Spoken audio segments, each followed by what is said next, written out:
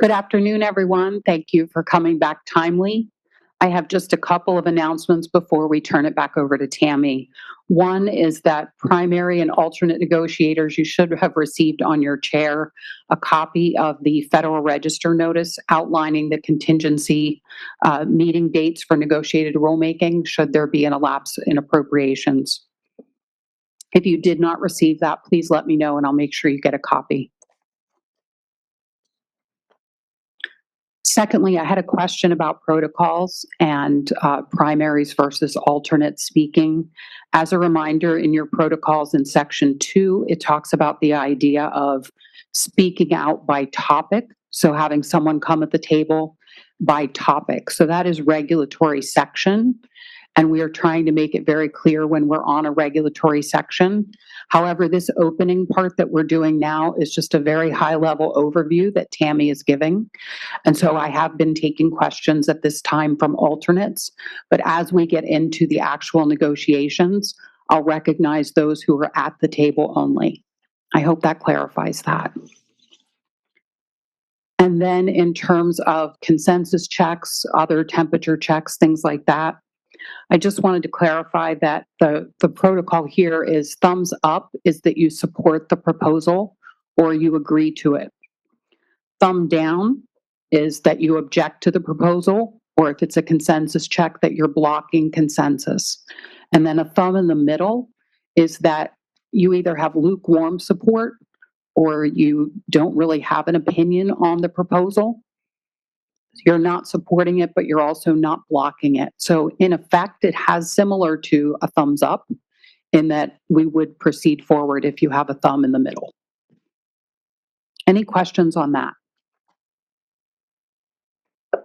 Okay, well, I thank you again for your attention this morning and for keeping your cards up where I can see them. I really do appreciate that. At this point, I'm going to turn it back over to Tammy. Thank you, Anne Marie. And you should not be confused with thumb out, meaning hitchhiking. Sorry, just kidding. So trying to lighten the mood. I'm glad I got a couple of laughs out of that. We've all eaten, so now we're into like riveting information, loan limit stuff.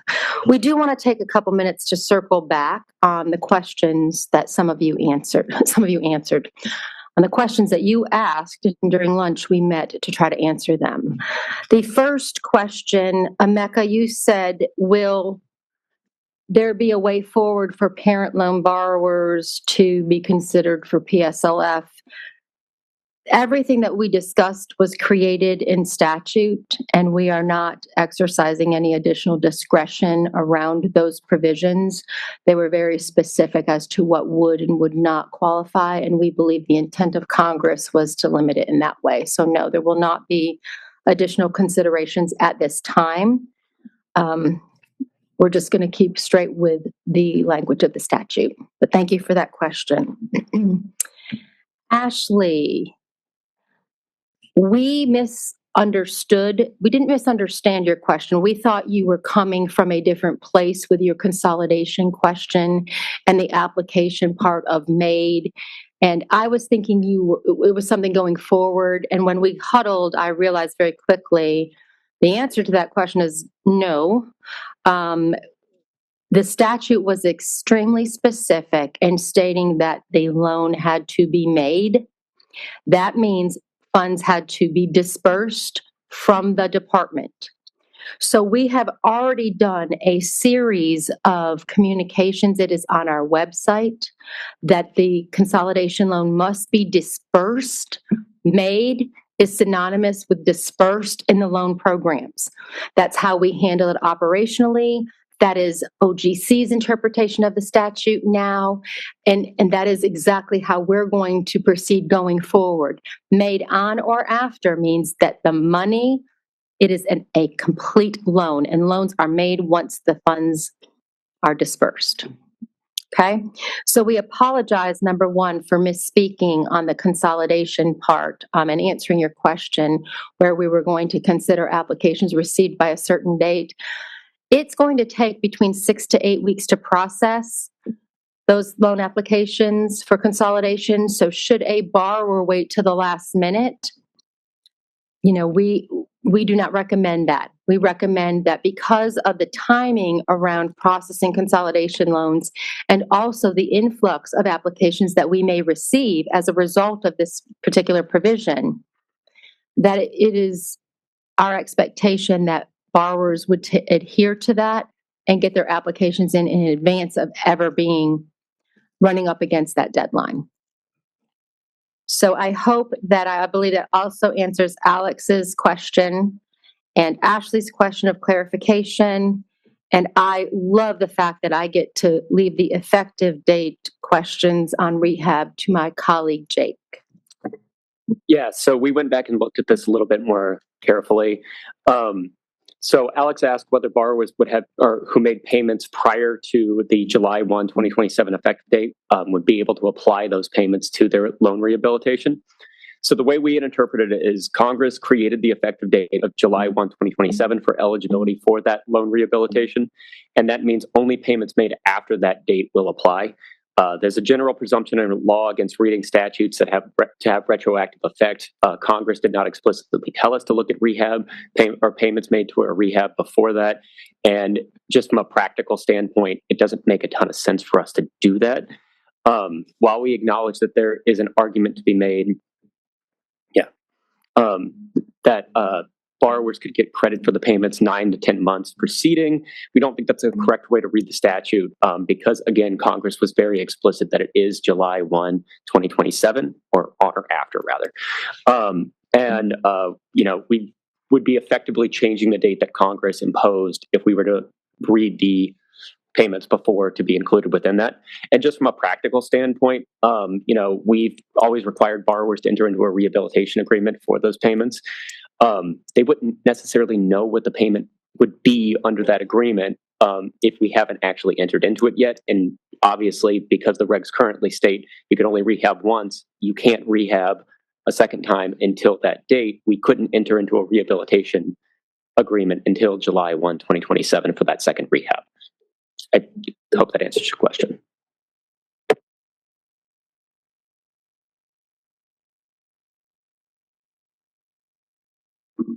Alex?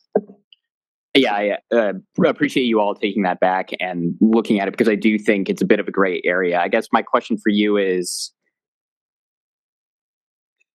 the clarity with which you're reading into statute of this hard date, because a rehabilitation has never been perceived as being completed until it's sold to a lender or assigned. And so we're not asking for a change or, asking you to clarify, like moving the date. We're asking for when the process can begin. And those seem like two different things. We're asking for a process beginning. So effectively, you're pushing out the effective date to 10 months, 9 or 10 months beyond July 1. In the way you're interpreting it for a borrower to get their second rehabilitation. They wouldn't be able actually to get their second rehabilitation on July 1, 2027 because they need to make 9 qualifying payments within 10 months. So you're actually, in a way, pushing the effective date out. Is that a misinterpretation? Jacob, do you want to respond to that? And then I'll go to Jeff. Yeah, I understand your argument. I think there's some validity to what you're saying, but I think Congress is very explicit here that they do not want this to take effect until July 1, 2027. And again, there are practical considerations here. We can't easily look back, and I think we don't have the authority to presume what Congress is saying here. Congress says July 1, 2027. We don't start counting until July 1, 2027. Can I clarify something with that? What changed effective July 1, 2027 was the ability to have 2 rehabilitations now instead of 1. So while the date is the trigger, that is when a borrower becomes eligible for the second rehabilitation. So we should not conflate this with, there's no way that they can start a second rehabilitation prior to July 1, 2027. So there's no way that a borrower would complete their rehabilitation unless they did it on day 1, within that 9 months of July. So we need to remember here, what is changing in the law is a borrower's ability to apply again for rehabilitation from a defaulted loan. So let's not get too in the weeds of these dates, because the date, all that date does is give them new eligibility for one more time to get it right, instead of the one shot they had and no more. Congress was they looked at what was happening and they said, you know what? There are circumstances here. We need to do something to help these borrowers that have rehabilitated that are still in a very bad situation. Let's give them another shot now that there's simplification in repayment, now that there are new repayment plans, now that there are things, less complications, less confusion. Let's give them one more shot at this. And so the date is that they get two. So let's not conflate those two pieces.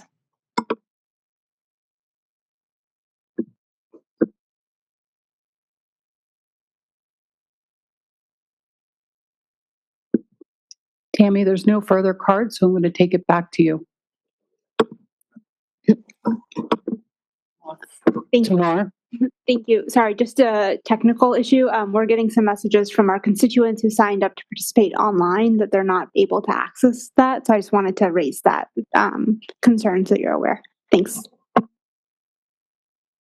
We will have somebody look into that, and if there is an issue, we will have them report to one of us and we'll get that looked at. So thank you so much.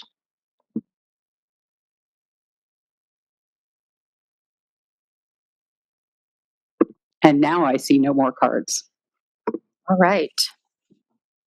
Now, I know you all are so sad that we have gotten to the point in time where we're discussing loan limits and the dreaded professional student definition, but here we are. So let's turn our attention to the changes to these loan limit provisions. The discussion paper that I would like for you all to make sure that you have in front of you, and I'm going to give you a couple of minutes if you need to get it out, is the loan limit provisions and definitions. And that would be loan limits 685-102, 685-200, 685-201, and 685-203. Let me know when you all are ready. I don't want to start before we're ready. We good? Okay.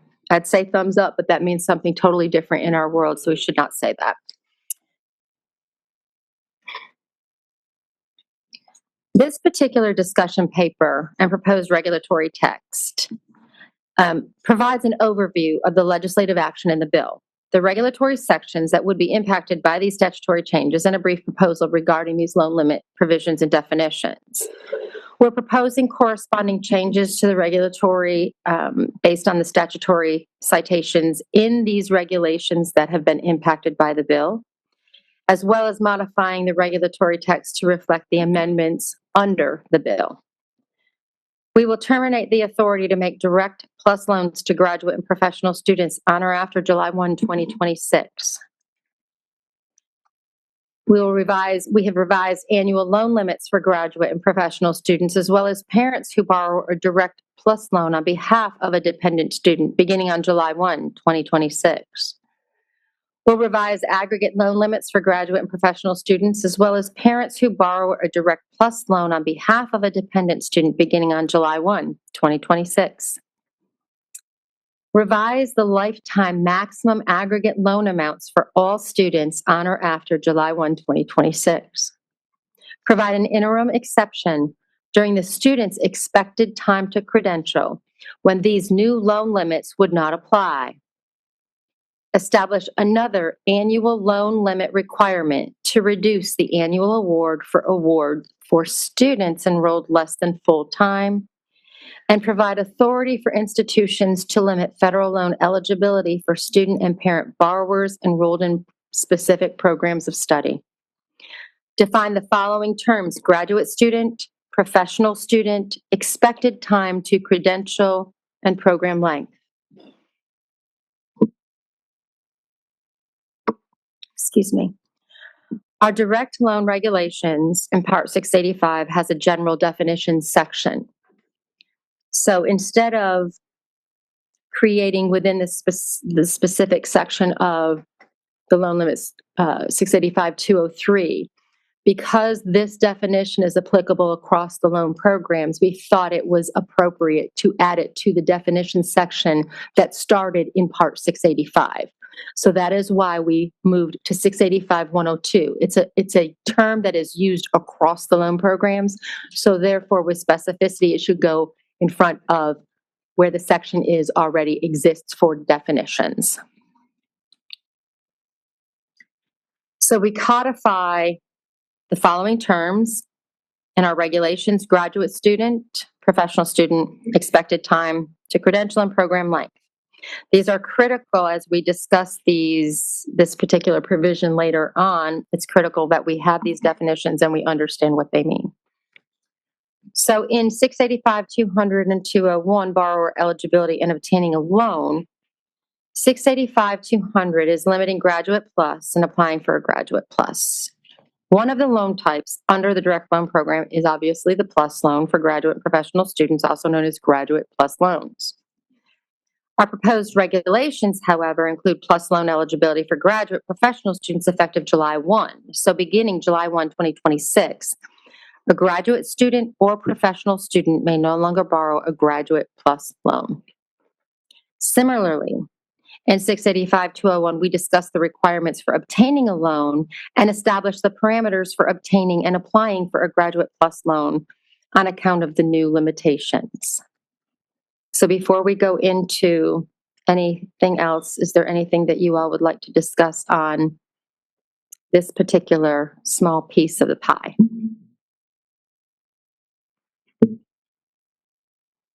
Okay. So in 685-203, we're specifically talking about paragraph B or subparagraph B, annual loan limits for graduate students and professional students. Congress made significant changes to loan limits, both annual and aggregate. We're going to start with the annual loan limits for graduate students and professional students, and our regulations include provisions that beginning on July 1, 2026, graduate students will have an annual loan limit of $20,500. Professional students will have a loan limit of $50,000. And these new annual loan limits will not be applicable to student borrowers during the student's expected time to credential. Questions?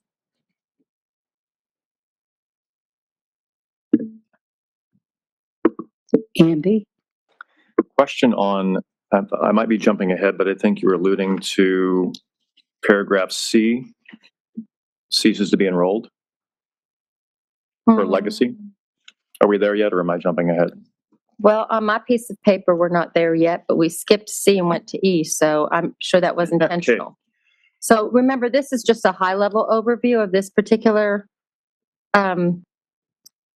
piece of 203. We're not in every single provision that has red lines in it. These are the pieces where we're setting the stage at this point. So can we wait and see if we get to your question? And if not, please jump right back in and remind us and we'll try to answer it. Will do, thank you. Thank you. Anyone else? Okay. So aggregate loan limits for graduate and professional students. We've proposed our regulations at 685-203 subparagraph E. They provide that beginning on July 1, 2026, graduate students who are not and have never been professional students will have an aggregate loan limit of $100,000. Graduate students who are or have been professional students will have an aggregate limit of $200,000, less any amount borrowed as a professional student. Professional students who are not and have never been graduate students will have a loan limit of $200,000, and professional students who are or have been graduate students will have an aggregate limit of $200,000, less any amount borrowed as a graduate student. Questions before I go on? Bob? Projections of inflation. Fixed limits. Yeah, these are fixed limits in the statute, Bob. So I think Congress was intentional in having a fixed amount of money that students could borrow, and that was it. Regardless of what happens in the economy, they believe that these figures are appropriate for the type of student. Jeff and then Jacob. Yeah, Bob. So unless it's specifically called out in the statute, that it is indexed to inflation like it is in the case of need analysis. The numbers, we consider the numbers absolute and don't make updates. Jacob? Yeah, just as a matter of, like the interpretive canons, we don't really have any ability to change a number that Congress imposed, especially where, as Jeff pointed out, there are things that are explicitly tied to inflation. So there's nothing, the fact that there are explicit things tied to inflation indicates that here Congress was explicit in setting a fixed number. Patty? And can you clarify if these aggregate loan limits are in addition to loans taken out at the undergraduate level?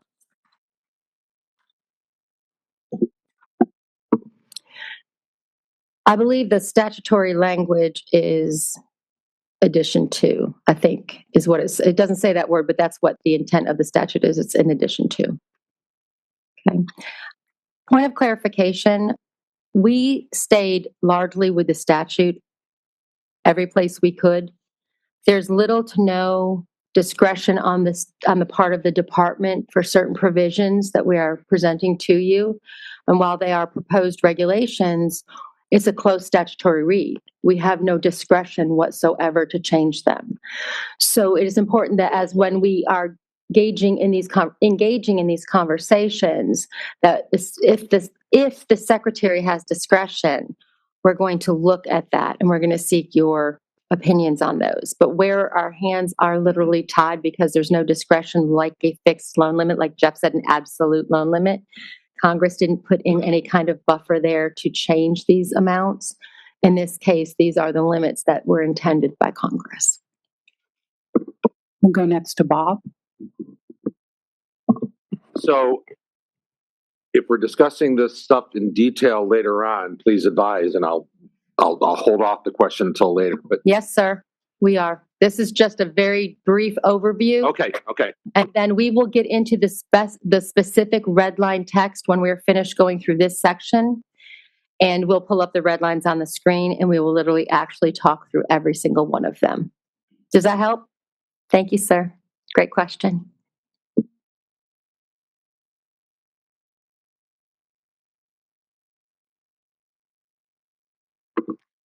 Scott? Yeah, and to clarify, when it says minus any amounts, but the student borrowed as a graduate student, is that prior to July 1, 2026, or is it graduate study after July 1, 2026, and then they go into a professional? It says beginning on July 1. So that would mean as a graduate student, any. So it'd be less any amount graduated as a graduate student. So that would have to include, right? Yeah. It would have to include. Okay. Thank you. Mhm. All tied to dates of the loans. Okay, let's move on. Annual loan limits for parent borrowers on behalf of dependent undergraduates, which implicates parent plus loans. The regulatory provisions in 685-203 subparagraph F provide that beginning on July 1, 2026, the total amount of parent plus loans will be able to borrow. The total amount of parent plus loans parents will be able to borrow on behalf of each student will be $20,000 less any other financial assistance for the dependent student. This new annual loan limit will not be applicable to parent borrowers during the student's expected time to credential.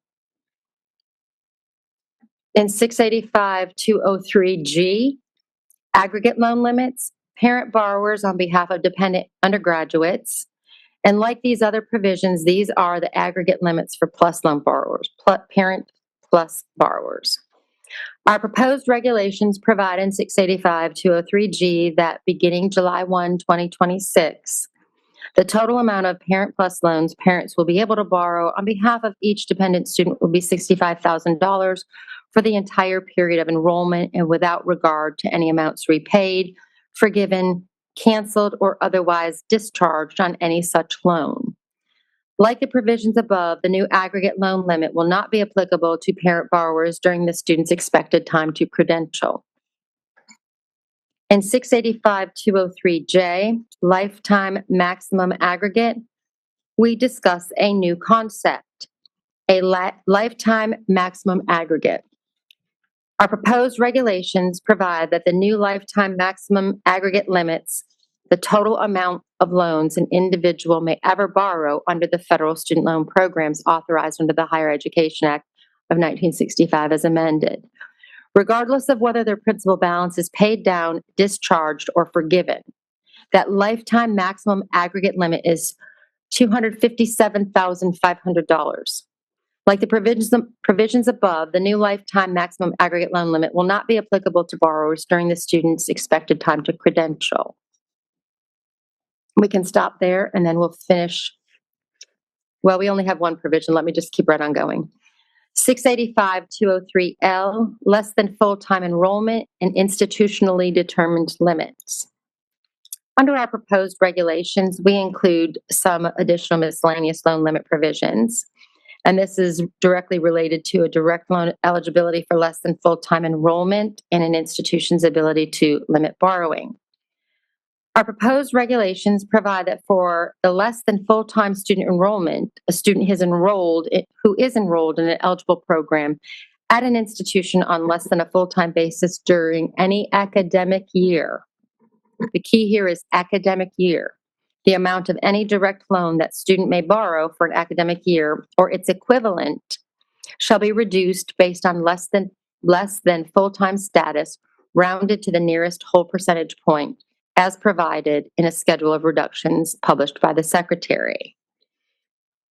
Even though the Secretary is publishing a schedule of reductions, in our proposed regulations, we include institutionally determined loan limits beginning on July 1, 2026.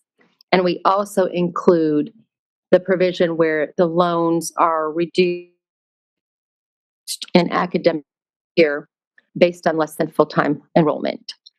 So beginning July 1, 2026, an institution may limit the total amount of direct loans that a student or a parent on behalf of such student may borrow for an eligible program for an academic year, as long as any such limit is applied consistently to all students enrolled in that program, the eligible program.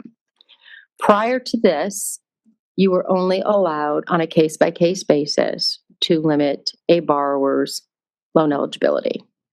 You were not allowed to assess a program of study and apply any kind of across-the-board reduction in the amount of money a student could borrow for that program.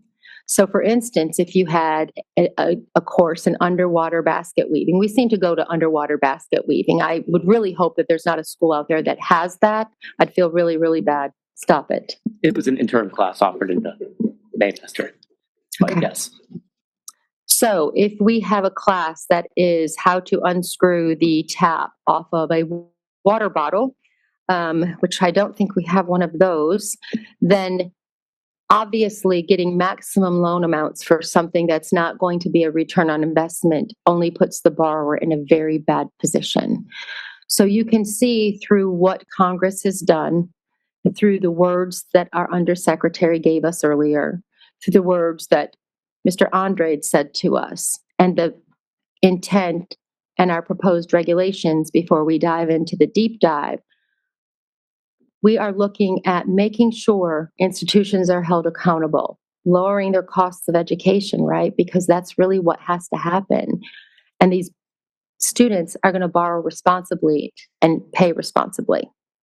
That is the goal, we hope, by creating our proposed regulations through the result of these negotiations to put right things that were wrong.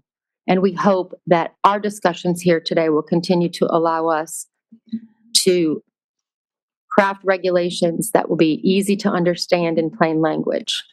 And no pressure, but that's y'all's job, is to help us make sure that we get it right. And so we need your help to do that. So we can open it up for questions.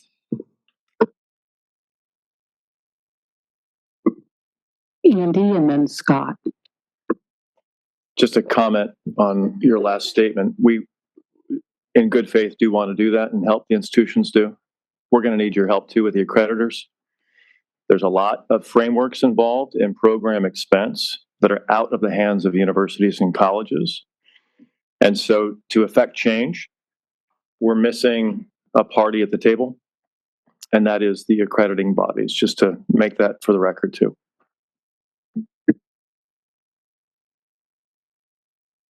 Scott? Yeah, and on the same topic, I'm assuming document also implies or suggests that there does not need to be any external approval outside of the institution. And is there a time limit on when that notification, I mean, obviously it's clear that the notification has to be put out, but could they on the first day of classes decide that, all people in underwater basket weaving major, their loan limits are being cut in half? So will there be provisions on the time limit of when that notification could come out, and is the approval process just outside the institution? We actually have proposed reg text.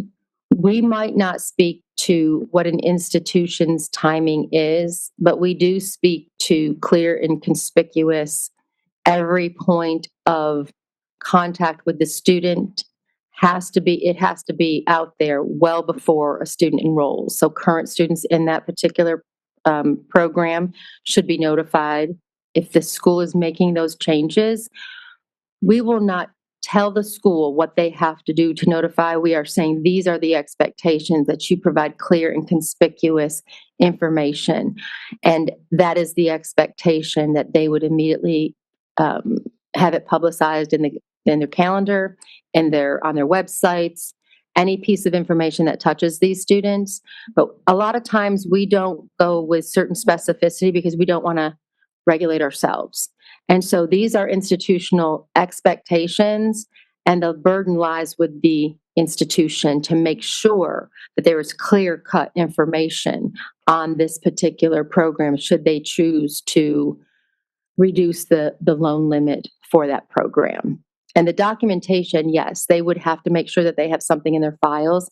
At this point, I believe the only thing I think we're thinking about on the operations side, and I'm looking at my colleague to make sure I have this right, is we may ask you to report on the program so that we understand that that's the reason why there's a limit, and to make sure that every student in that program is applied that same limit. So the burden on the institution is there to communicate to us, but because we need to make sure that our systems are set up to handle that particular provision on the school side. Scott, do you have a follow-up? Jacob? Yeah, just to tag on to what Tammy was saying, while we expect the burden to be on institutions here to communicate with their students, we do actually require certain things. If you look at subsection 3, it says including but not limited to publication in the institution's course catalog, publication on the institution's website, and award notifications. So we would anticipate that those have to be done substantially ahead of time, not day of the academic calendar changing over.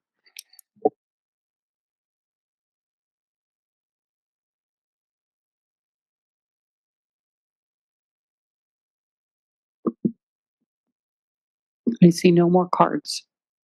Jeff, I'm sorry. Thanks. I just wanted to circle back to what Andy was talking about with regard to accreditors, and just make sure that I'm understanding his concern. And you're talking about programmatic accreditors, correct? Yeah, and that as opposed to the institutional, and that's in many cases voluntary on the institution's part to participate in that accreditation process. Andy? Technically correct without the specialty accreditation, though. For licensure programs, your license is not valid in many states. So technically it is voluntary, but without it, your program's not going to last. Alex Holt? I just want to go back to a section we were just on. I wanted to ask about the transition period for people who took out loans before 2026 and are still in a program of study. When it says program of study at an institution, I wanted to clarify, does the department believe that the program of study at an institution is statute, or was that sort of an additional determination made that it needed to be the program of study at an institution, that sort of extra specificity, as opposed to just sort of a program of study? Jacob, do you want to respond to that? Yeah, that is statutory. If you look at 455 and the changes to it, where it says interim exception for certain students, it's 8A2. It says has received a loan or on whose behalf a loan was made under this part for such program of study. So the language program of study is included directly in there.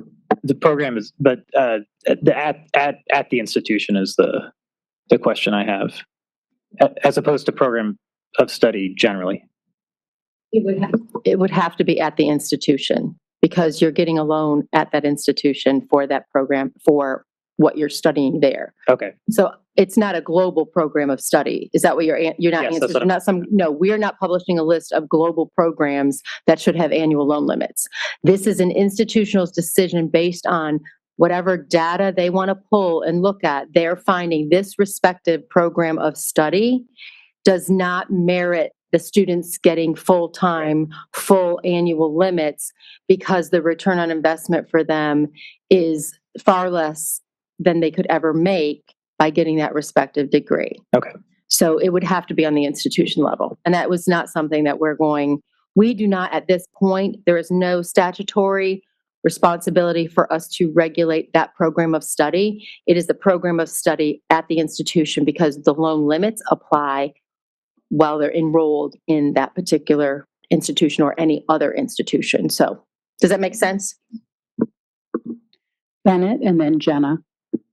Thank you. Before we get too far away from it, I just wanted to add to Andy's comment. When it comes to the nonprofit and those state institutions, they do have to go through state coordinating board program approval, and accreditation is a key part of that. They're not going to get a program approval from the state if they don't have it in the accreditation bodies. So I just want to point that out so that we don't end up with policy here that's disjointed, where one part of the market doesn't have to carry the burden, another does. Jenna? Oh, go ahead, Tammy. I think the distinction here is this is not about if you don't have an accredited program, you're not getting federal aid for that program anyway. Right? You have to, like, you get accreditation on the school level, right? The school gets accreditation. So I think we're kind of doing apples and oranges here, but unless I'm misunderstanding what you're trying to say, and I could be. Unless I've misunderstood something earlier. But I'm just saying if accreditation may not be required, but an institution's not going to be able to offer the program if it's not accredited. So at least not the public institutions and not the nonprofit privates. So I think the distinction is programmatic versus institutional accreditation. And what I heard both Andy say, and I think what I'm hearing you say is that there are requirements either at the state level or from a licensure perspective where programmatic accreditation is required. And it's usually the programmatic accreditation that prescribes the tight faculty to student ratios and levels of credentials and that sort of thing is what I'm hearing. Yeah.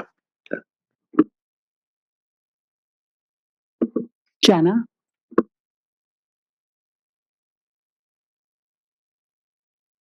I have a question on a different topic.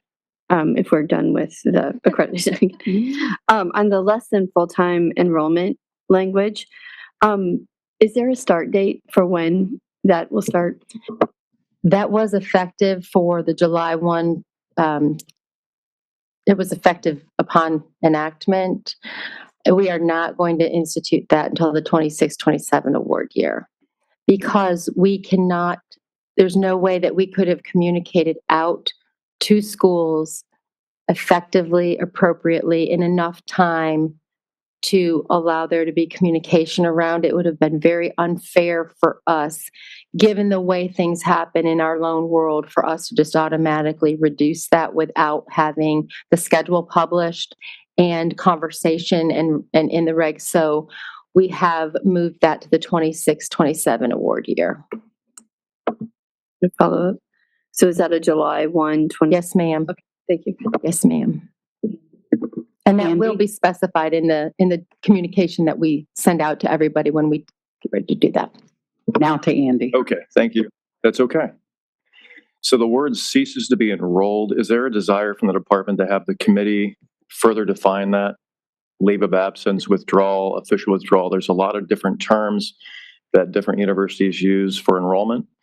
So 3 times in the red line, it mentions for legacy status to maintain both Parent Plus, Graduate Plus, and old caps of direct Stafford. To be in the legacy program, if a student ceases to be enrolled in the program of study at any point, then they refer to the new regulation under July 1st, 26. So the key phrase there is ceases to be enrolled. I would ask then the committee study that and maybe come up with more specific language if the department is open for that. I would ask you to hold that comment until we get into the specificity of this section. Thanks. And if you have proposed regulatory text that you would like to submit to us, please do so in writing. You can use the red line text in the discussion draft and just propose your changes to that.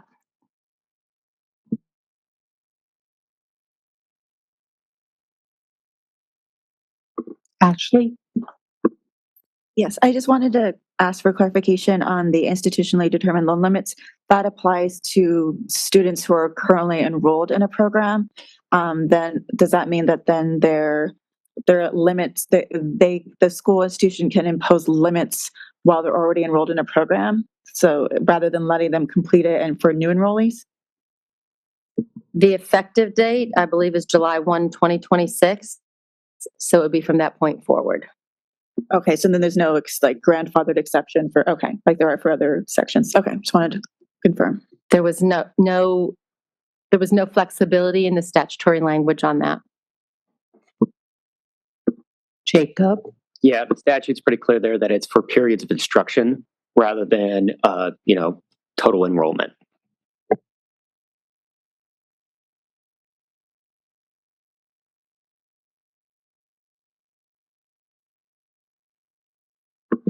I see no other cards.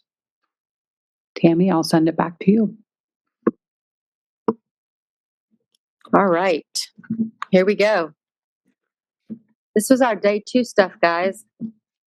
So thank you for listening this morning and this afternoon and allowing us to get through both a quick check, a slightly deeper dive, and then now we're starting into our actual deep dive of going through the regulatory provisions, red lines. And we will put them up on the screen for those that are watching virtually. They will be up on the screen. See, before I just speak it and it just appears. That's what I got behind me, guys. They're right on it. So let's take a couple seconds and just kind of level set where we're going to start. The first provisions that we would like to look at will go back to your rehabilitation, deferment, forbearance, the 674.39, 682.405, 685.204, 685.205, and then the miscellaneous payment provisions in 685.211 subparagraph F.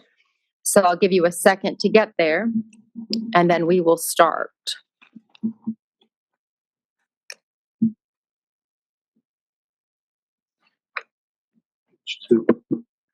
Jenna? Which discussion paper are we on? The rehabilitation and miscellaneous loan repayment provisions. So it's the one that starts with 674. Hold on. I'm getting there. 674.39. It is the loan deferment, forbearance, and rehabilitation provisions.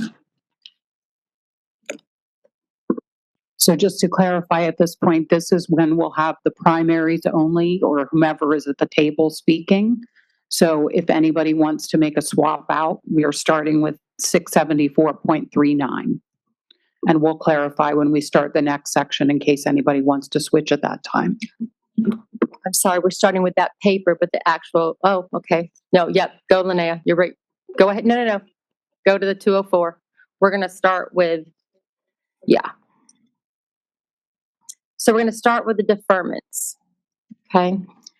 The specificity here, and we said earlier about a borrower receiving temporary relief, pauses from their obligations, deferments are, you do not get charged interest.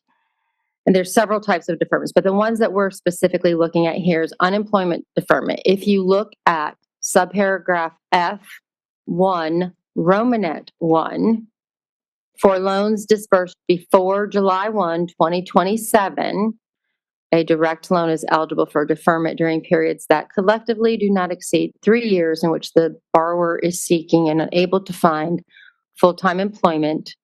Romanet number 2, for loans disbursed on or after July 1, 2027, a borrower may not receive an unemployment deferment. Okay?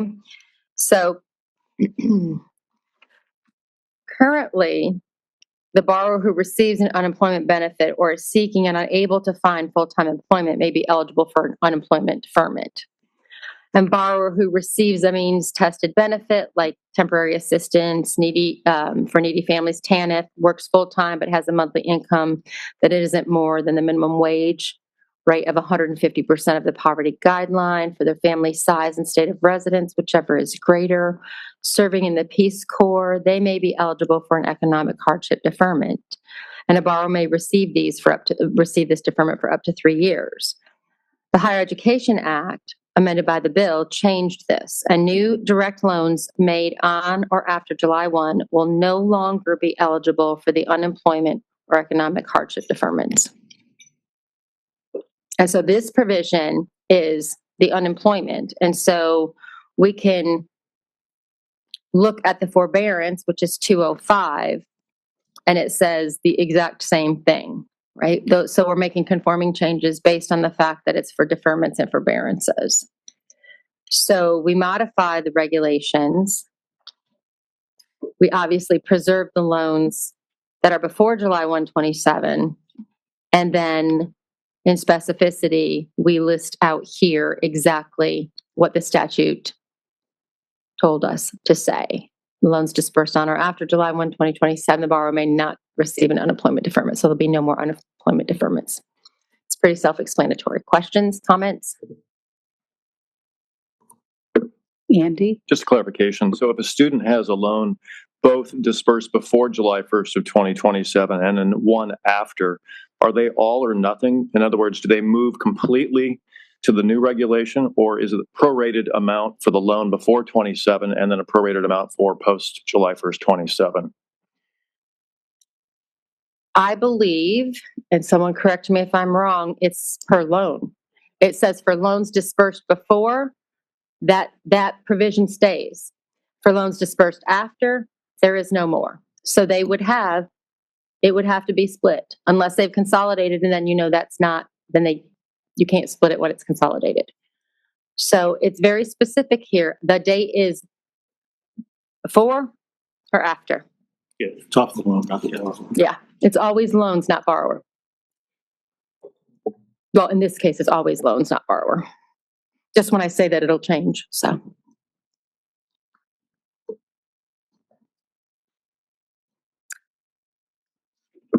Ashley? For the loans that are dispersed after July 1st of 2027, where the deferments won't apply, will the new MPNs state that? Will that be explicitly referenced in the new MPNs? Sorry, master promissory notes. The terms and conditions usually get updated. I cannot answer with specificity, but I believe it is either covered, or if not, it's the communication from the servicer that definitely has that information. But I'm pretty sure, Eric, correct me if I'm wrong, that the terms and conditions under which those loans are signed under specify the things that they're eligible to receive as far as deferments, correct?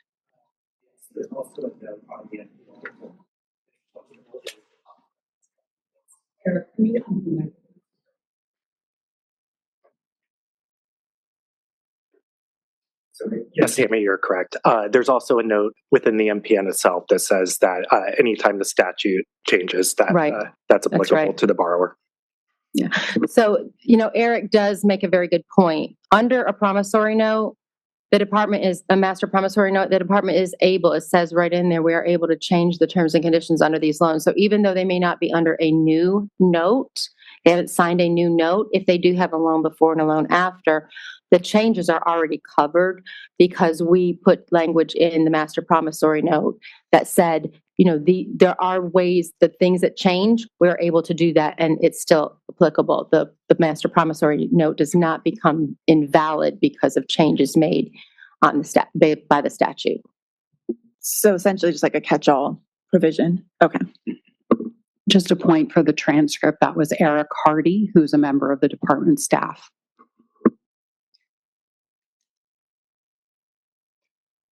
We're ready to go on to forbearance, which is largely the same, except slightly different.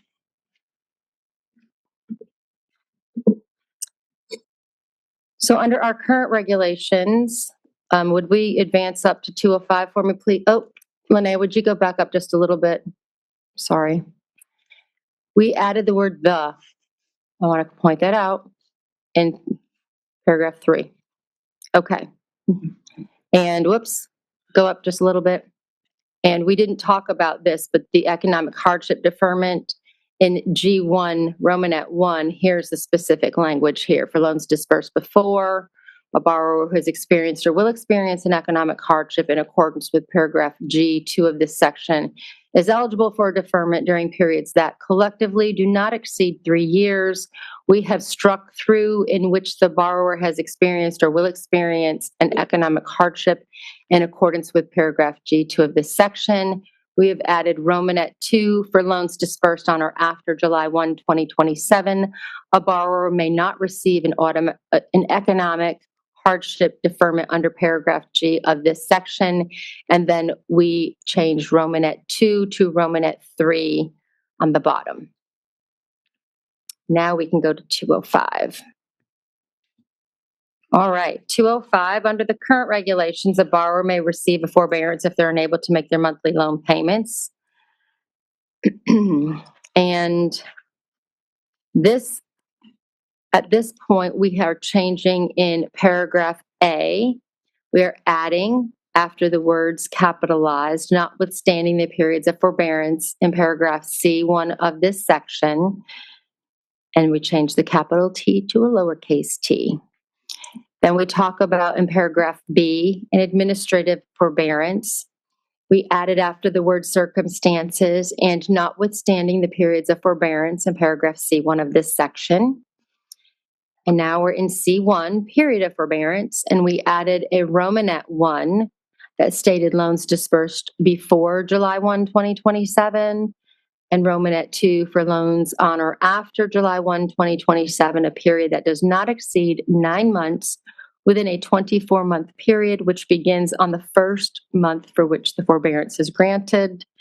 And in number 2, we added for loans receiving a forbearance under paragraph C1, Romanet 1 of this section, the capital T is removed and we put a small t. So we propose to modify the regulations here. So for loans dispersed before July 1, 2027, we preserve the borrower's access, and these loans still have a period for up to 1 year. But for paragraph C1, we grant the forbearance, loans dispersed on or after, for a period that does not exceed the 9 months within the 24-month period. Questions, comments on this? Ashley? I'm a bit concerned with just using the term forbearance. I understand there's different types of forbearances, but when borrowers apply for forbearance, and specifically, let's say a processing forbearance because they submitted an IDR application, servicers aren't clear, and even on their online account, which type of forbearance they're in. And if the 60-day lapses and their application for IDR has not been processed, they're then supposedly transitioned to a different forbearance. So we're just concerned that that time will count against them and in this new 9-month for 24-month period. So it'd just be like nice to identify exactly what type of forbearance and whether or not this is counting against them. Well, first of all, those loans would not have been dispersed on or after July 1, 2027. So I'm not sure how that could be an issue. Well, they can apply for an IDR right after that. We don't know that yet. I mean, an IDR, if you're talking about save. No, I mean, income driven repayment. Like if you're switching between like IBR and well, you have the three IBR, you have IBR red, IBR white, IBR blue, and blue is RAP. Look, we're going back to it. I'm telling y'all, we're going to get this down. We are going to be the American flag in this room, I promise you. So RAP is an income-based repayment plan, and then they'll have the tiered standard. So after 2028, you're only going to have those two plans, this tiered standard, and you're going to have the repayment assistance. So I'm not sure we don't have to specify what the forbearance is. Like right now, we don't specify the forbearance and they get 3 years. So I don't think there's any distinction needed here to specify the types of forbearances whenever there's an issue with the department, should we put somebody in a forbearance that would diminish their ability at no fault of their own? They're not entered in a forbearance on their own accord. We would have to look at that. So I don't want to say at this moment there would never be a period in time that the department would not look at that and it would not count against them. But we can't speak to that right now because we're not in that situation. This is saying the forbearance for loans dispersed on or after 7/1/2027, it doesn't exceed 9 months within a 24-month period. And that begins on the first month that it's granted. So the driver here is July 1, 2027. And it's the loan that's dispersed. You get the forbearance on the loan. You don't get the forbearance on a borrower. Forbearance on each respective loan. Okay. Like, can I give another example then? Let's say it's a loan dispersed after July 1st, 2027, and the borrower applies for a TPD discharge. Their loans are supposed to be placed in a forbearance while their application is pending. Are they going to have a distinction between what type of forbearance this is and whether or not that counts towards their forbearance? We can take that back and look at it. Okay. I don't know the answer to that question off the top of my head. I don't know what we currently do, and I don't want to speak to anything until I get what we currently do and what's. It's supposedly currently an administrative. No, let's just take that one back. Okay. I appreciate you trying to explain that to me, but I think I would rather hear from an operations side on exactly what we're doing now and how we intend to interpret this going forward, because that would help me answer your question better. Okay. And I know you mentioned something. I just wanted to clarify. We may get that to a later time. Just let me know. But would borrowers be then eligible to switch between IBR and RAP? So what we understand is, I said earlier, that they would be eligible to switch between tiered standard and RAP after a certain time. So I think it depends on where their loans are and what repayment plans. But if they're in RAP, they're eligible to switch to tiered standard. If they're in tiered standard, they're eligible to switch to RAP. Okay. But not between IBR and RAP. Without knowing the specific dates and things like that, I cannot answer that question because, as you know, IBR now has 3 different distinctions: red, white, and blue. It's going to be hard for me to remember red, white, and blue, but I will. I promise you, I'm gonna hold up the red, white, and blue. And I'm not being funny, but it's true. I can't answer that question because I don't know exactly what loans they had when, and what are they repaying under? And so I know that when they repay under RAP, they can fluctuate between tiered standard and RAP and vice versa. But other than that respective provision, I would want to see each loan, the dates of each loan, what plans they're under, what they've been paying under. In order to answer that, I would have to have all the details for that. Okay. And I'm happy to make a scenario for you at a later date so you can better answer that. You can, and you can even submit it so that we have it and we can discuss it as a whole and then come back with a response. That's great. Perfect. In fact, I would love that because then I would at least be able to see it. It's hard to answer these questions on the fly because there could be so many nuances. And I don't want to do what we did before and assume we know what we're talking about and be wrong and give you the wrong answer. That's not cool. We want to make sure we get it right. Okay, thank you. Jacob? Yeah, just to add on to that, I think if you guys have any kind of fact-driven hypothetical, give us the actual facts for it so we're not answering off the cuff. These are very, very detailed, very, very specific regs. And so it's very important for us to actually have detailed hypotheticals if we're going to answer them. Because we need to know how they interplay with the regs, and it's probably going to take us some time to actually work through them. And you don't want to watch us do that at the table. And that way I can get my operational expert involved and make sure that we get it right, saying it the first time instead of coming back and clarifying it the second time. So I would feel better making sure that the right players are in the room to answer these very nuanced operational issues. Scott? Yeah, and maybe as part of that discussion, even the broader defining for these loans, like you're saying, someone going from tiered standard to RAP, there's an administrative forbearance. Let's say they do it in 60 days. Is that 60 days count towards the 9 months out of the 24 that they're allowed? So in other words, making distinctions about what forbearances count for the 9 out of the 24 and which ones don't. Yeah, we will take that back. Right. Yep, absolutely. Thank you for that clarification. And here I thought we weren't going to have any questions on this. What was I thinking? Well, you are out of questions, so back to you. Got any more? No, I'm just kidding. I'm just kidding. All right, let's move on to section 674.39. We'll give Linnea a minute to get there. And then, of course, we'll do 682.405 right after that. And she is there. All right. So these changes impact loan rehabilitation in all 3 programs, Perkins, FEL, and direct loans. Our current regulations provide borrowers who've defaulted the ability to get back into good repayment standing. They do once over the lifetime of the loan. And we talked about this a little bit earlier where we say the driver is, they get the second chance to rehabilitate based on, the date.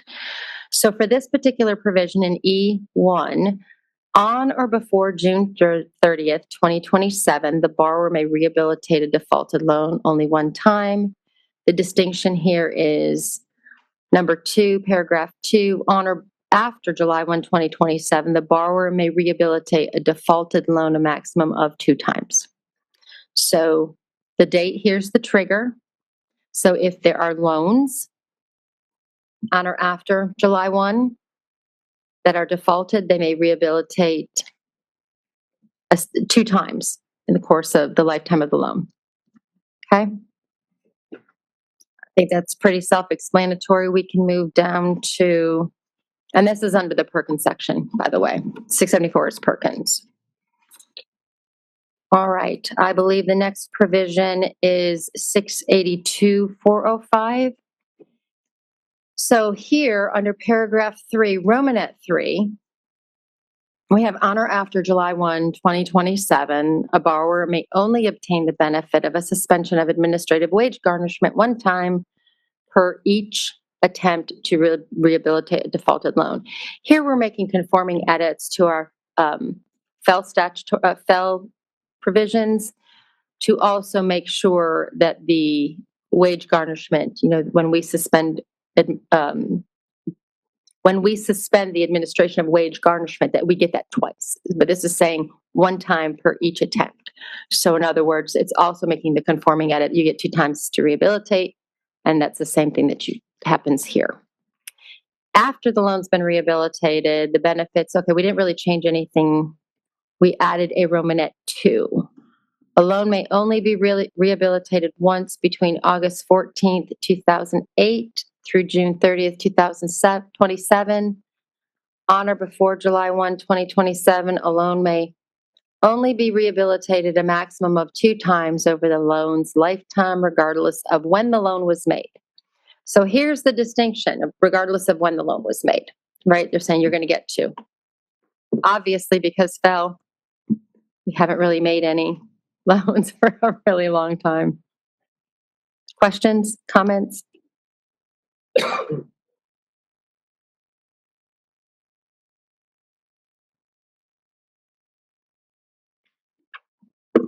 Scott? I'm sorry. And I think you clarified this earlier, but this is inclusive. So if they've already had their loan rehabilitated once, say a couple years ago, they could not do a second one until July 1, 2027. Correct? Thank you. Yes, sir. I'm shaking my head. No one's going to hear that. Yes, sir.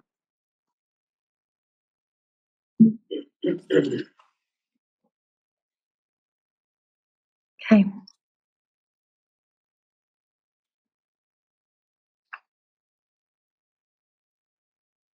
$682, okay, yep, there we go. Ashley? I was like, Sorry, I just wanted to clarify something regarding regarding the amount of the payment, or have we covered that yet? The minimum amount of rehab? Not yet. no, Okay, I'm jumping. we're getting there. I'm jumping ahead. Sorry. You are ready, aren't you? Ashley's going to keep me on my toes. All right, we're going to switch to 685 to 11F. So direct loan rehabilitation and minimum payment. Okay, so the same type of provisions apply here as well. Under the current regulations, you can only rehabilitate once. Obviously, when you successfully rehabilitate a loan, you must make the 9 on-time monthly payments during a period of 10 consecutive months. Under the rehabilitation agreement, your payments could be as low as $5. We are changing this the statute has changed this to allow the borrower to rehabilitate twice over the lifetime of that loan as of July 1, 2027. So F here, beginning on or after July 1, 2027, the defaulted loan, and it goes all the way down, and we've added, and a borrower's monthly payment may not be less than $10. Because those are the provisions that we have changed here, and we have removed Romanet 1. And under 11, paragraph A, before July 1, 2027, a borrower may only obtain the benefit of suspension of administrative wage garnishment once. And then provision B is that a borrower may only obtain the benefit of administrative wage garnishment while attempting to rehabilitate a maximum of twice per loan. Those are the changes here. Alex Holt? Let me preface this suggestion by saying that I really, as a taxpayer advocate, I really appreciate the department sticking extremely closely to the legislative text. That's, I think we know that's not always been the case, and generally speaking, we absolutely agree with that approach.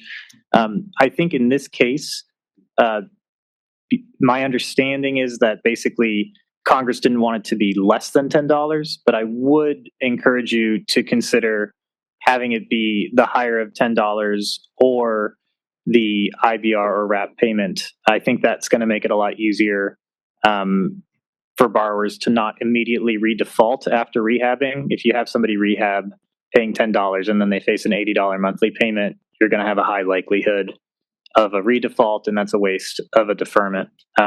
So that would be my suggestion.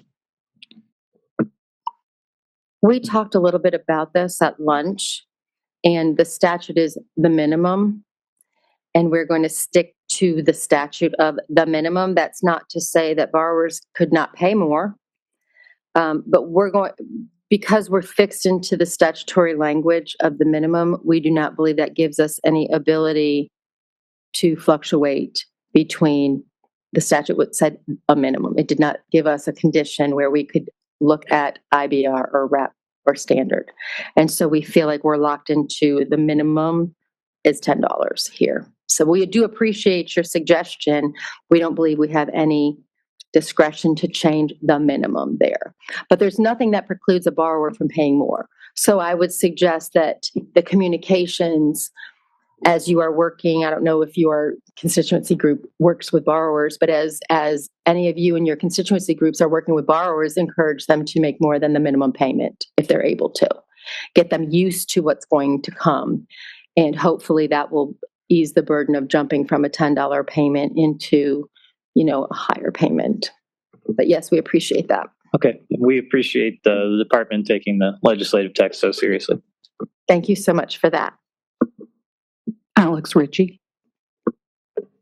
I just want to ask the department if their interpretation of the FEL rehabilitation provision applies equally here to direct lending. So if you're a direct loan borrower and you've been through rehabilitation once, under this 680, under this section that we just covered, they cannot begin to go through their second rehabilitation on that loan until July 1, the first time that they can make a qualifying payment. There's no two different timelines depending on what kind of borrower you are. You're picking the same timeline for both programs.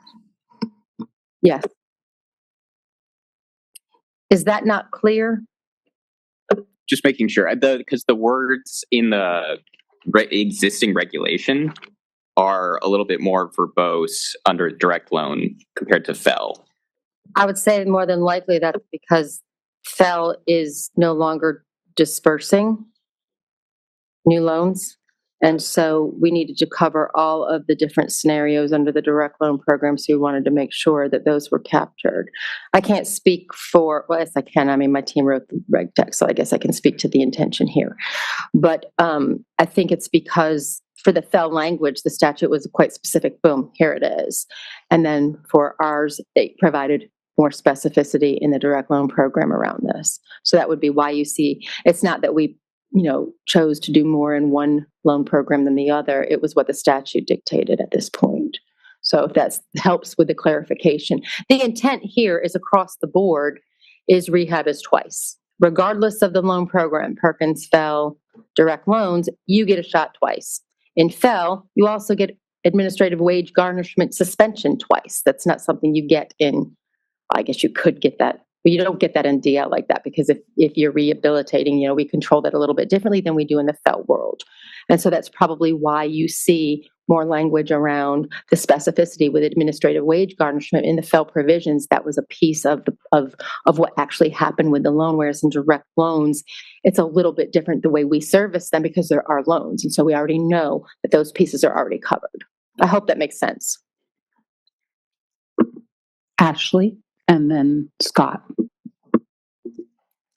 I just wanted to seek some clarification regarding the $10 minimum rehab payment. It appears the regs state that beginning on or after July 1st of 2027, but I believe the statutory text refers more to the disbursement date being before July 1st, 2027, allowing the previous $5 payment to apply to all loans dispersed before July 1st, 2027, not just rehabilitation agreements that are entered into after July 1st of 2027. So we haven't made it to the minimum payment part yet. So let us take that back to make sure that I'm not missing something. Okay. Because this was specific to rehab and minimum payment in 685-11. And that it was $5 and then it went up to 10. I need to look at that. Okay. I'm not going to be able to do that one on the fly. Give me just a second. Okay.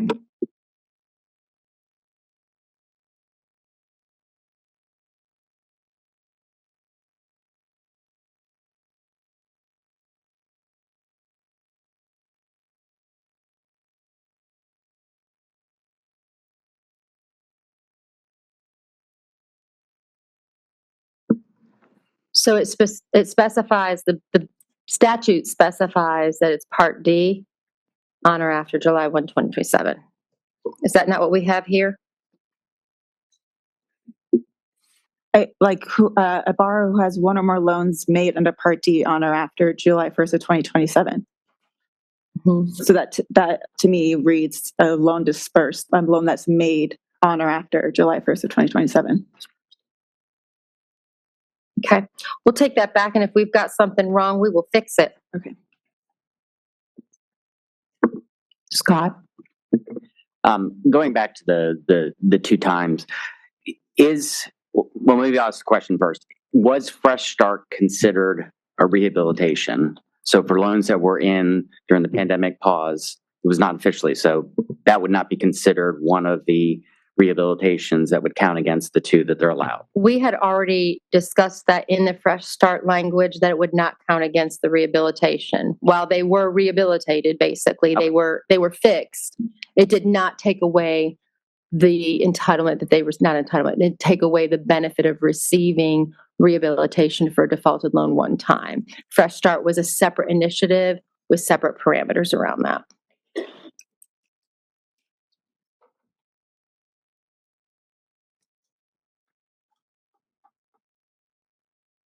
Great day.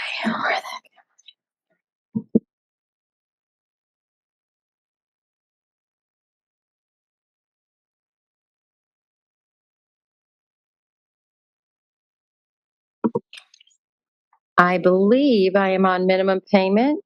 Linnea, what is the next reg section to make sure that I'm right, please?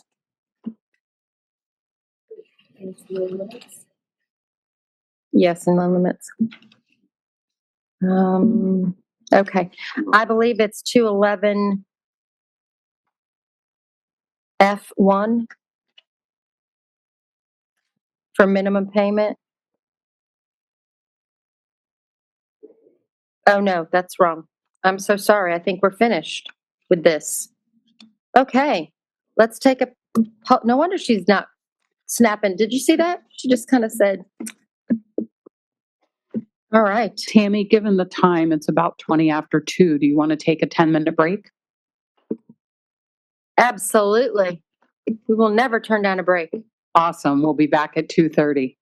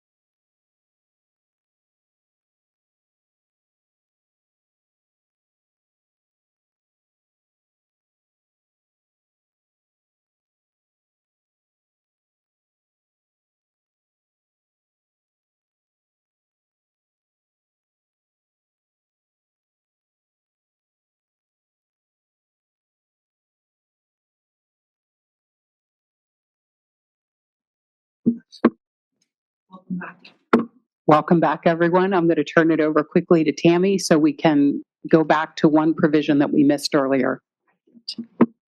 Okay, so we did not cover on rehabilitation number 12, paragraph 12, Romanet 1. So effective for any defaulted loan that is rehabilitated on or after August 14th, 2008, and before July 1, 2027, the borrower cannot rehabilitate again. That's the one-time rehabilitation. And then Romanet 2, this is where we allow the borrower for loans on or after July 1, 2027, they are able to return to have rehabilitation twice. So I just wanted to make sure before we go in and do what I would call, Anne Marie, a pulse check on this particular sections, part of what we want to do here is see how close we are to everyone agreeing with where we are so that we don't have to continue to cover these provisions again, because we believe that the loan limits and the loan repayment plans will take up the majority of our time, and we want to make sure if we can move past this. If not, we'll come back to it again tomorrow. But if we could do a pulse check on these regulatory provisions, which would have been, based on the paper, it would be 674.39, 682.405, 685.204, 685.205, and 685.211, paragraph F. So that is rehabilitation, deferments, forbearances, and the miscellaneous payment change that increases the payment from 5 to 10. Those provisions. We could do a pulse check on that. Okay, so for the pulse check, remember what we talked about before.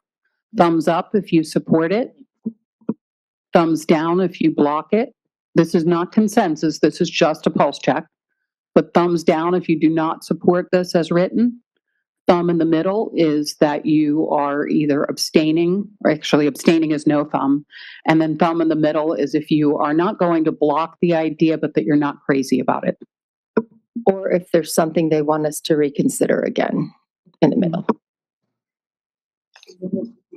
Middle could also be that you want to reconsider something. Okay, I see Alex Ritchie with a thumb in the middle. I see Ashley with a thumb in the middle. I see Faisal with a thumb in the middle. And all the other thumbs are up. Did I miss anyone? Okay. For those that have your thumb in the middle, is there something you want to bring up? Alex Ritchie, we'll start with you. I would just be curious to hear the department's response to one of Ashley's earlier questions about forbearances that the borrower didn't select and whether that counts towards the new limitations of 9 months over a 24-month period. Okay, so what we'll do is we're going to take that. That's going to be a longer conversation that we weren't able to do and get back to you. So what we can do,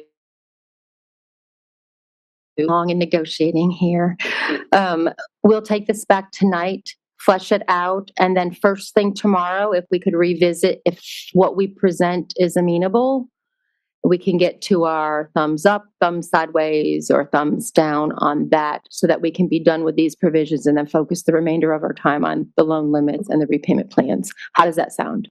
That's great. And I also just a note that I need to talk to the constituency about your interpretation of the second rehabilitation, but appreciate your stance there. The main sideways point was this forbearance question. And sorry, I just wanted to clarify, Tammy, do you still want me to submit something? If you With regards to that, sorry, with regards to that. Could you do it? If you don't get a chance to do that, we can always revisit at another point. Like we can wait until we're going to revisit. We would prefer to have that tonight or before today is out so that we could discuss it. Okay. Because we regroup every day and discuss all of the points that we have to make sure that we cover by the next morning. Okay, I will get it to you as soon as possible today. Well, I don't want you to feel like you're rushed to do that. If you don't get to it, we'll table this and come back at it when you're done, but we're going to discuss it today. And if we have to rediscuss it, we'll be happy to do that. Great, thank you so much. Absolutely. Thank you.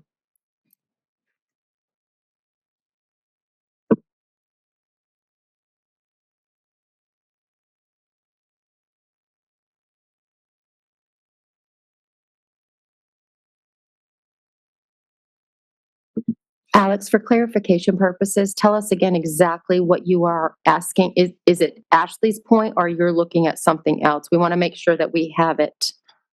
There's no action item for the department regarding rehabilitation. I merely need to talk to my constituency group now that you've stated your. Okay, that makes me feel better because I was trying to figure out what I was gonna figure out. Thank you.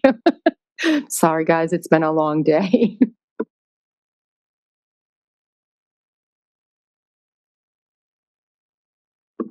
I see no other cards, so when you're ready to move on, I thought, okay, no other cards that are current, so you can go ahead and move on. I think we're all getting a little slap happy. We had some chocolate chip cookies that somebody made for us. I could really use one of those right about now. I don't know about the rest of you guys, but let's dive into loan limits instead of chocolate chip cookies, okay? All right. We are going to ask that she's already got them up there. All right. Thank you, Linnea. So here we go with loan limits. We had defined the terms. We talked earlier about how we were going to define expected time to credential. And you can see from the screen that we have indicated that expected time to credential means from July 1, 2026, the expected time for a student to complete a program that is equal to or lesser of 3 academic years or its equivalent, or 2-year period determined by calculating the difference between Romanet 1, the program length for the program of study in which the individual is enrolled, and Romanet 2, the period of such program of study that such individual has completed as of the date of the determination under paragraph 2 of this section. Next definition, graduate student. A student enrolled in a program of study that is above the baccalaureate level and awards a graduate credential other than a professional degree upon completion of the program. Next definition, professional student, a student enrolled in a program of study that awards a professional degree upon completion of the program. A professional degree is a degree that signifies both completion of the academic requirements for beginning practice in a given profession and a level of professional skill beyond that normally required for a bachelor's degree, where professional licensure is also generally required and includes the following degree: pharmacy or PharmD, dentistry, DDS or DMD, veterinary medicine, DVM, chiropractic, DC or DCM, law, LLB or JD, podiatry, DPM, DP or POD-D, theology, MDiv or MHL, and any other degrees designated by the Secretary through rulemaking as required by 20 U.S. Code 1098A, I think that's an 8, and 5 USC 553. 2, a professional student under this definition may not receive Title IV aid as an undergraduate student for the same period of enrollment, must be enrolled in a program leading to a professional degree under paragraph 1 of this definition, and Romanet 3 has completed the equivalent of at least 3 years of full-time study, either prior to entrance into the program or as part of the program itself. Program length definition, the minimum amount of time in weeks, months, or years that is specified in the catalog, marketing materials, or other official publications of an institution for a full-time student to complete the requirements for a specific program of study. All right, let's stop there and talk through these definitions. First up, we have Scott and then Jenna. We want to swap. I don't know if we had to do that officially, making an announcement that we're swapping. So Bennett Boggs is coming to the table and Scott Kemp is leaving the table.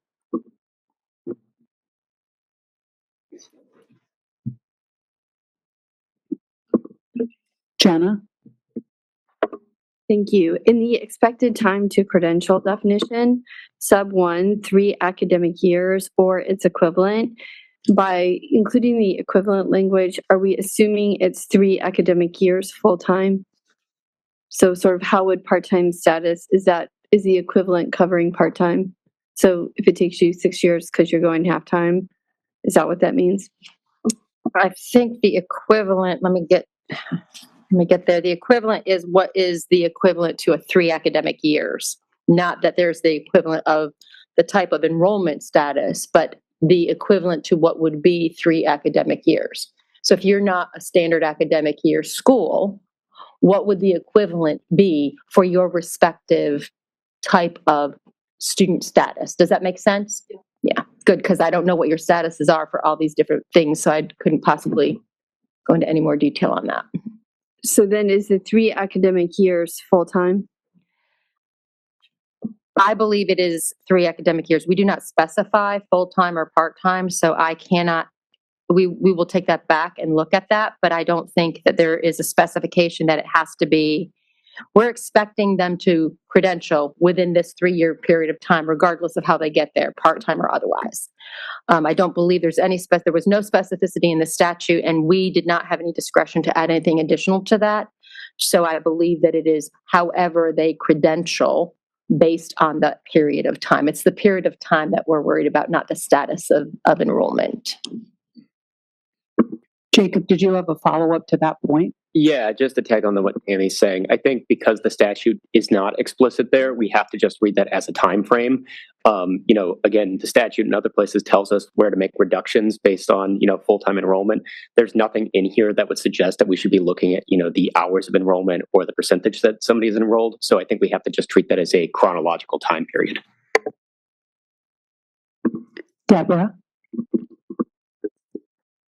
Yes, referring to the definitions of graduate and professional students, could you clarify where doctoral students in clinical and counseling psychology would fit? Since they are generally undergoing more extensive graduate studies to pursue doctorates and require licensure for their professions.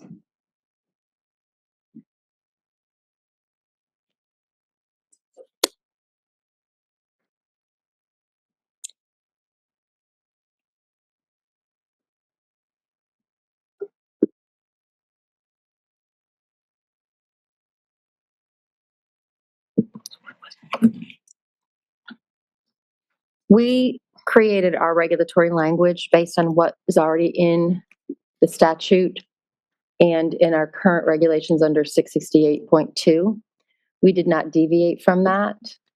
So we utilized what's already considered there as that particular, what does it say, professional degree? Yeah. We use the language under the professional degree in 668.2. Thank you. Just to follow on to that, it's kind of circular here. The statute actually says what's currently in effect in 668.2 is a professional degree. So our definition there was the definition that was effectively already there. We haven't changed that. So we're not able to add more into that because the HEA commands us to look at what was already in effect as of the date of enactment of the amendments to the HEA. But one of the things that I do want as we get down in the professional degree language is we talk about getting feedback from the public, right? We talk about this, we look at it. We will engage in another negotiated rulemaking should there be a need to do something more than what we've done here. Right now, we're narrow in our focus. There has been abuse of professional degree programs. This administration wants to look very narrowly and make sure that these particular provisions are very specific and making sure that students are successful. You heard Undersecretary Kent earlier today. We want to hold these institutions accountable. They want to make sure that their costs of education are in alignment with their programs and that these programs are doing exactly what these programs are supposed to do. What we've done is taken a direct read from the statute. And if in the event that there is something additional that may need to be added at some other time, we would engage in negotiated rulemaking, not a commitment that, we would hear from our public. The whole way that we promulgate our regulations is through these particular circumstances. So in the event that we enter into any kind of idea of expansion of this particular definition, we would do that through the negotiated rulemaking process. But right now, our statute gave us the exact language that we have and what you see here today. Jeff, do you have something else on this point? Yeah, maybe a little bit of a different angle on it. So we're viewing this list as being predominantly exclusive with the ability to update it. Congress had a choice on what programs that they could put in. They took a definition that we had, but they did not make a cross-reference to that definition. They just lifted the language that we currently have. And so at this time, what we're viewing that because Congress had a choice is that these are the programs that Congress intended to consider to be professional degree programs, and just these programs. And again, as Tammy pointed out, if and when at some point in the future, not 90 days after Congress passed the piece of legislation and made a decision what programs they wanted, but at some point it is modifiable or it can be modified, but not at this time. We've got several people ahead. We've got Andy, and then Timothy, and then Bennett, and we've got a couple more after that. So we'll start with Andy. So I just want to clarify, the list is the list during this neg reg no matter what, and that would be a separate neg reg to change the list? The list is the list as a separate neg reg, but not any time in the future. I mean, in the near future. We believe that this is what Congress, and these are the programs that Congress intended, because Congress had the ability to define this any way that they wanted to, including deleting some of the requirements there. Again, it's not a cross-reference to our regulations. It is simply paralleling and taking a snapshot at a definition that we had in place as of the time of enactment. Okay, so my interpretation is very different than that, because the one big beautiful bill specifically states 668.2, and the exact wording in 668.2, 34 CFR is examples of, include, but are not limited to. Mm-hmm. So the key words examples and not limited to. It's not an exhaustive list. Yeah, it's not it's a modifiable exhaustive. We're considering to be exhaustive list that can be modified at some point in the future. But for purposes of this, Congress had the ability to define it any way that they wanted, not simply the way that we had defined. They chose to use a definition that we currently have, and that is our current definition. It does not include anything other than what is currently up there, and we have not added it, nor have we proposed to add it. And in our view, the way that because of how it's structured now, and because of its different application, that the way that it can be changed is it has to go through rulemaking, notice and comment rulemaking. Just one more point of reference. Currently in the FSA handbook, the program you referenced, clinical psychology, is designated as a health profession program and gets extra funding right now beyond the 20,500 graduate. The program you referred to, clinical psychology, is kind of already on the list already. Not allowing that program to be designated as professional is going to be devastating to the mental health community. And it already receives extra funding beyond graduate programs. That program technically already is a professional designated program in the current FSA handbook. The current FSA handbook is not regulations or the statute. So while we do right now allow that to happen, and we speak to it in the handbook is not the regulations. This is the first time that we have separated out graduate and professional students. Our read is to take looking at what a professional degree already states in 668-2 and putting it into the definition of a professional student. And like Jeff said, it's not an exhaustive list, but it is the list that we are basing. And this current administration wants to keep this very narrow at this point and stick directly to the language that is specified here. Jeff, do you have something to add to this point? Because I've got a lot of cards up, but I want to let you finish if you've got more.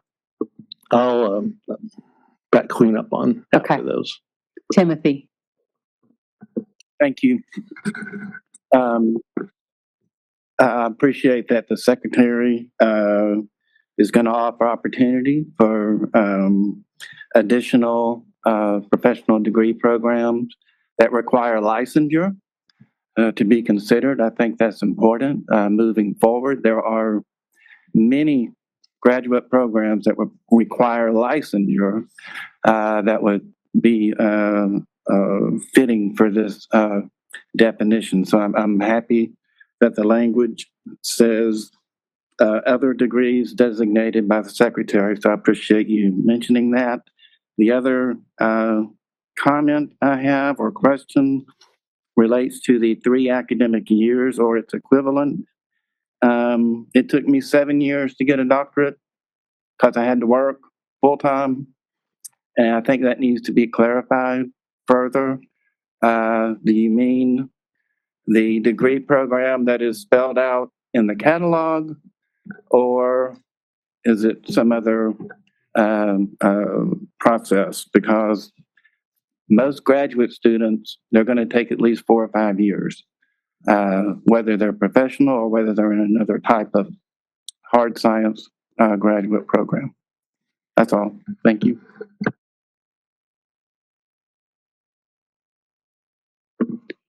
Bennett. Thank you. I appreciate the goal in this and to keep it tight and to keep I understand the ultimate goal here. I do respect that. I also have been around legislation long enough to know I also appreciate that something's already defined. You just pick it up and make use of it. Keep going forward. Everybody's already agreed to it previously. However, this list is out of date. It's just out of date. And it's missing things that we use in state economic development. And so I think about in my state, and by the way, I build off the federal list to build my own state list. And so if they can be congruent, everything is so much easier. But we're missing engineering, we're missing business, we're missing commerce, we're missing education. I mean, there are some professions here that are crucial to our state economic development and workforce development, and this list doesn't have it. So I'm concerned this is going to really cripple certain aspects of what we're trying to get done here. Jenna. Thank you. I was curious if there was consideration given to whether the list could be published through sub-regulatory guidance, because my reading of OB3 is that it's 668.2 of the CFR as in effect on the date of enactment of the paragraph. So I don't understand candidly what any subsequent rulemaking, how that would get around the language in OB3 that requires it as in the date on effect. Could you clarify? So are you asking how we could rule make because of what's in 668.2 already? I'm sorry. No, I'm asking if OB3's language says that it's 668.2 as in effect on the date of enactment of the paragraph. Okay. Right? This language is in a different code or different CFR section, so it's a different number. So it's not the same number. And it's different regulatory language, different rulemaking than what was in effect on the date of the passage of the bill. So in effect on the date of the passage of the bill means that 668.2 as it is written, that's what they're saying the definition of a professional degree is, right? That's what they're saying. What that means to us is the regulations that we create right now, has that point in time stopped And that's what we capture. So if 668.2, the reason we did not specify and use or cross-reference 668.2 is if tomorrow there's some sort of a change, or let's say after we have final regulations, if there's some sort of a change to 668.2 that would modify our definition here, it would invalidate our definition. So we're not going to cross-reference to 668.2. We're going to lift the language and say this is what we, in this provision, and these particular regulations, will define a professional student as. And the language that says at the time that it was, that's freezing 668.2 language for us to use here, but we're not going to cross-reference against it. And what we have put here is built-in flexibility to look at different things, as others have pointed out, where we maybe have an old list that we're referring to. It does build that in, but right now, what we are doing is a straight from the statute, and what we see as what was used as a professional degree to build our professional student definition on. So as a follow-up, are you saying that what is in this language is the same as 668.2, or have you changed it? It's the same programs that are listed in 668.2, and it's the same leading language. What we changed was, or what we clarified was that the updating of that is something that has to be done through notice and comment, which is consistent because, again, this is a snapshot. And if you look at it in its context, Congress went from essentially the wild west without having any loan limits, and defining lowering loan limits or putting limits, I should say, on graduate, and doing a carve out for professional students. And so in that context, it's the programs that were in existence, considered professional programs at the time of enactment, and that's what we're trying to preserve. But Tammy's point about taking that snapshot, and also trying to give meaning to the language that says, but not limited to, that in the future. But again, we're so close to the time of enactment at this point, it would not be reasonable, particularly in the context that this was supposed to be a limiting effort, to say, okay, we're just going to add a whole bunch of new programs here beyond what was in existence at the time of enactment. That, to us, there's nothing here that signals a green light that this is signaling a massive expansion on what is considered a professional student, which is differently than what was considered in July of this year. Can I follow? We'll give you one more follow-up, and then we've got to move on to Alex. Sure. So I understand, and I agree. I understand that we are in a narrowing exercise, and I'm not proposing opening the doors up. That's not at all what I'm suggesting. However, as I read this language, I think the first sentence is the rule, right? A degree that signifies both completion of, right, that language, that's operative rule language. The professional licensure is generally required, feels like a little squishy, right? And then we have a list of examples, but it's not a complete list of examples. So when I think about rule-making language, I think the first sentence is the operative definition of the rule, and then we have a list of examples. And so if I think I'm hearing what you're saying is that we are going to make the rule, the new rule is the list, and the list is the list. Is that what we're saying?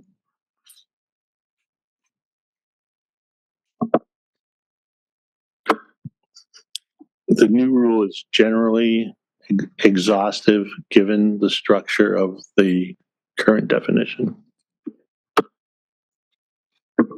Alex Holt. Just some clarifying questions here.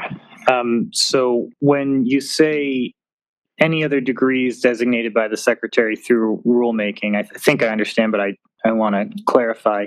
You mean through a different negotiated rulemaking, not this rulemaking? That's correct. Okay. And I guess my other question is, so generally speaking, from a taxpayer and public interest perspective, we are aligned with trying to limit and being really, really narrow. So one worry that comes up for me, but I'm not a lawyer, so I'm kind of asking the department's opinion on this. I'm wondering if a different administration reading this could expand this list sub-regulatorily, because there's a definition in here and then this set of degrees that says including but not limited to. So I would think if you want to make it exhaustive, it needs to be explicitly stated. And I'm concerned that if you don't do that, you have this, and Jeff, you actually even said generally exhaustive. I'm concerned that this would be regulated, that this could be done sub-regulatorily, but perhaps I don't know, because again, I am not a lawyer, which should be obvious. Jacob, do you want to respond to that? Yeah, so I understand what you're saying. That's the 6682 language. The language that we're including here is written to be exhaustive. It doesn't say including but not limited to. And it also provides that it would have to be changed through notice and comment rulemaking, which to then promulgate or to change something sub-regulatorily, they would actually have to do notice and comment rulemaking to strike the sentence requiring notice and comment rulemaking to allow that. So it would require two rulemakings, really. Jeff? Just a question for Alex. Do you have any language that you think would further tighten it up? Because our intent here is to not allow sub-regulatory changes. In fact, thought it was important to put that clarification in, because if he had left it on its own, it sort of begged the question that somebody could just define it. At this moment, I didn't interpret it the way that you came in, so I'll have to get back to my constituency and see if we have some language, but we may have something to propose eventually. Thank you for the request. Tammy? Alex, I just want to make sure when you're reading the language, it does not say not limited to. So please make sure that particular piece, I just want to make sure that when you're talking to your constituency group about that, it does not say included but not limited to. So it doesn't. I misspoke, and thank you for correcting me. However, okay, so the word includes. Why doesn't it just say?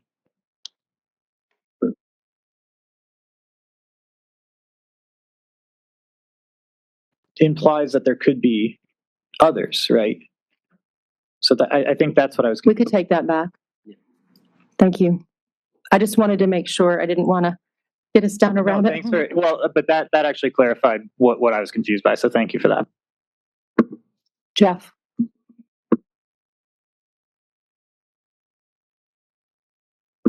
Andy?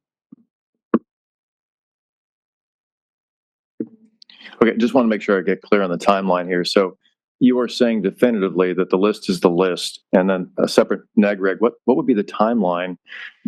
The reason I ask is there's a couple thousand schools that offer clinical psychology that will be devastated to hear this. And this is the kind of program that requires about 5 years of study. And because of the units involved, it's virtually impossible to drop below to the graduate level of funding on mental health programs like a doctoral in clinical psychology. So if this is the list, and you're saying it definitively today that that's not up for negotiation, it sounds to me like with this group, what would be the timeline then for a separate negotiated rulemaking to get on the list? Jeff, do you want to respond to that? Yeah. Again, I don't think at this time that we would be entertaining any additional ones. Again, this law was passed with what we viewed as the programs. To the extent that there are graduate programs out there that will have lower loan limits, that in our view was an intent of the legislation to have graduate programs with below the full cost of education, which is what they were getting before. So to the extent that these programs were specifically called out, Congress made no changes. Congress didn't make any updates for those of you who were advocating for clinical psychology and other degrees. Those aren't in here. And so all we can do is sort of look at what's in the definition and make a call in terms of determining that. But we're not setting up a situation where we are going to say we're not going to do it in this neg reg, and then sometime within a year or 2 years revisit the topic.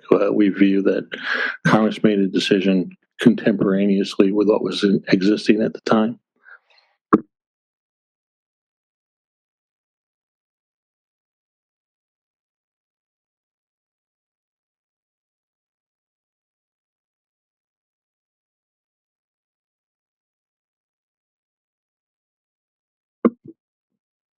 Has the department heard enough on that part of the topic?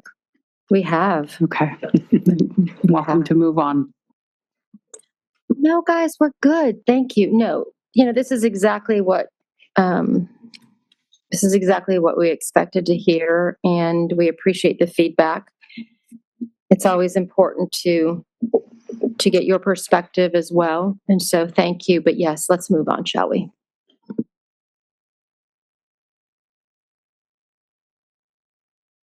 If you could mention the regulatory section in case anyone wants to swap out. The next regulatory provision we're going to be discussing is 685-200 borrower eligibility, and this is about Student Plus borrower. So is everyone okay? We'll give Bennett and Scott a chance to switch back.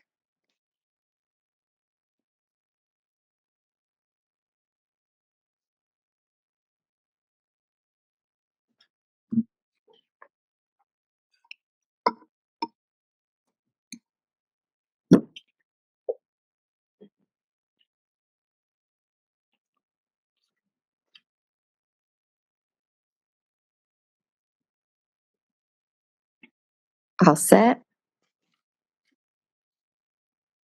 Scott, you good? Okay. All right. Paragraph B, Student Plus borrower. A graduate student or professional student is eligible to receive a direct plus loan if the student meets the following requirements.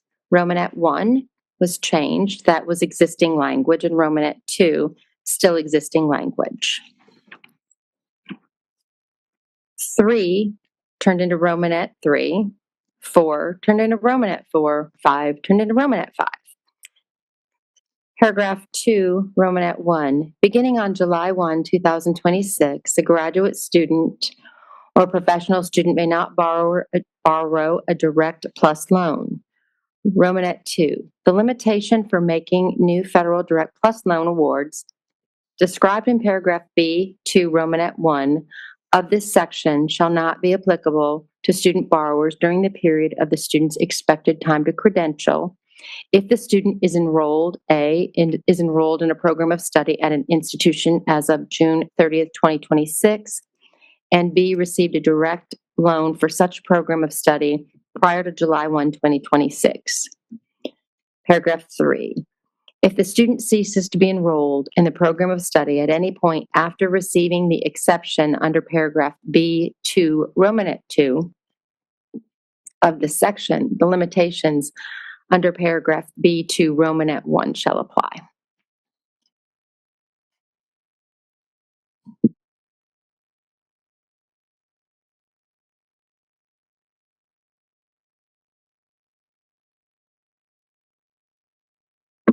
Scott?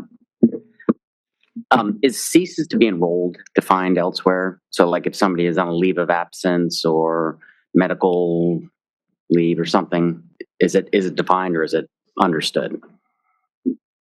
Is that's the kind of thing that would trigger that them no longer being able to take those loans out?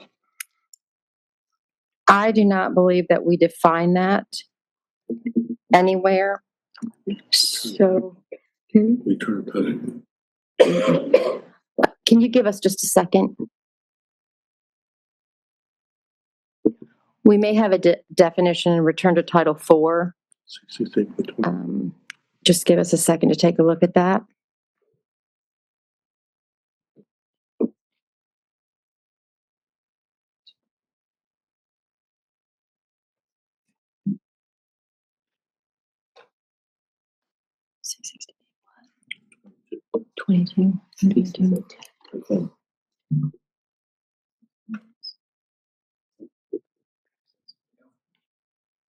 Let's see.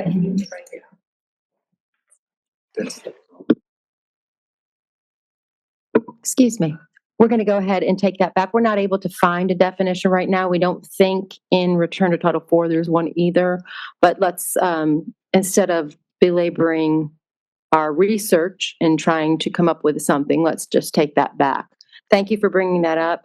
So your recommendation is if it is not defined somewhere, now we could take time to define this in the preamble.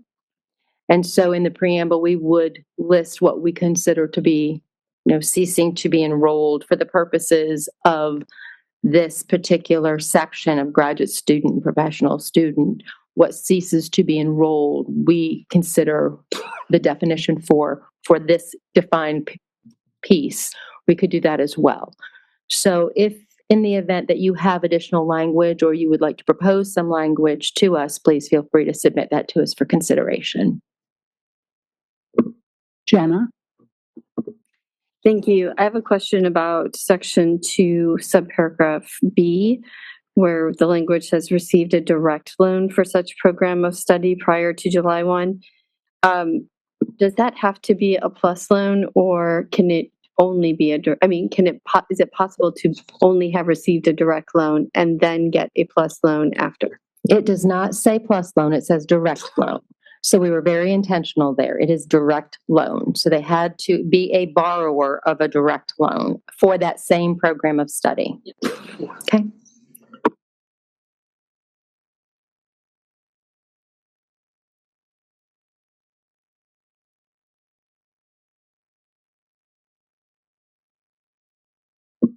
Jenna, did you have another question? Okay, thank you.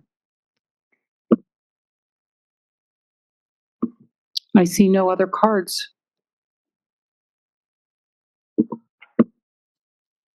$685,201, obtaining a loan.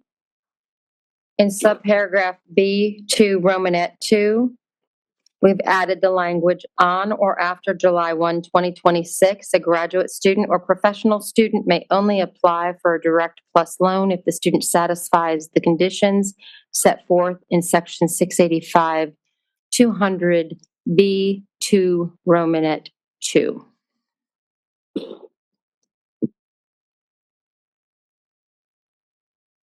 We can take comments on this section, Anne Marie, even though it's just one little baby one.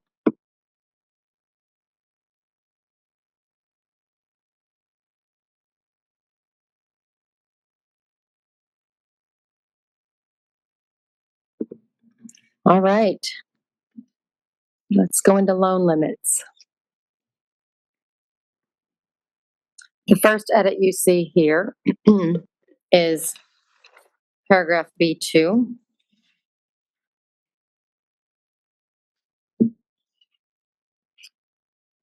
Romanet 3.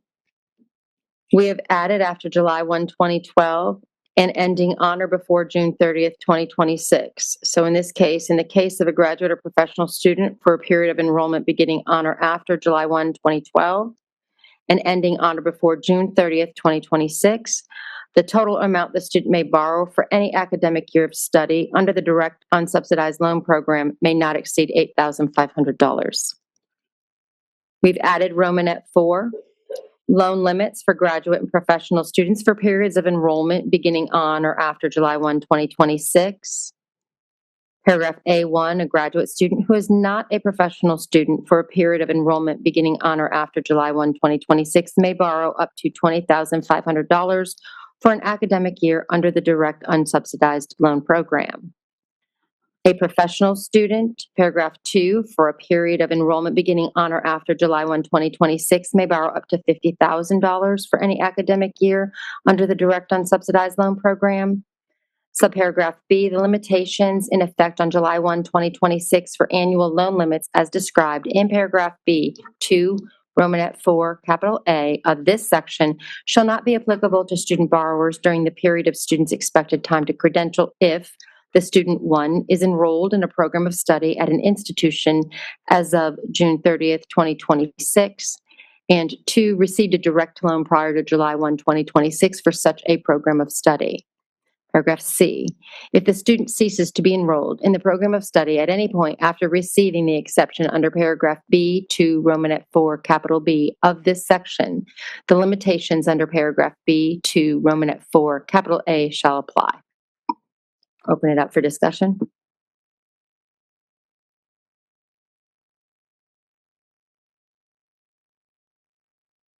I see your face. I know what you're going to say. Scott? Well, Ed, to clarify, and this may just stop it, are the amounts set aside for each of the two? So we're not talking about what is graduate, what is professional.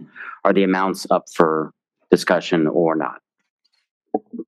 Jacob? The amounts are fixed in statute. That was part of the OBB.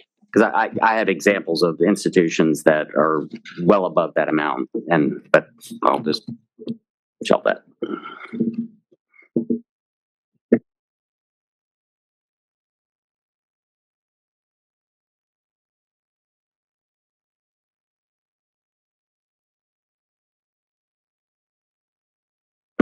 Scott?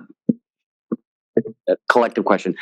How are they going to treat some joint programs like an MBA or MBA, JD? So one's professional, one's graduate. How would they consider a joint program? Jacob? Yeah, so it's already written in here as a graduate student who is not a professional student. So if one is professional and one is graduate, it's a joint program. They fall under the professional limit because it would be a professional student. If it was just they were only in a grad program, they would be in a separate bucket.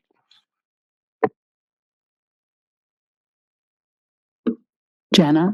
Let me make sure I understood that. So if it's a joint degree program, they're treated as professional, but if it's, that's the question. Take that, Jeff.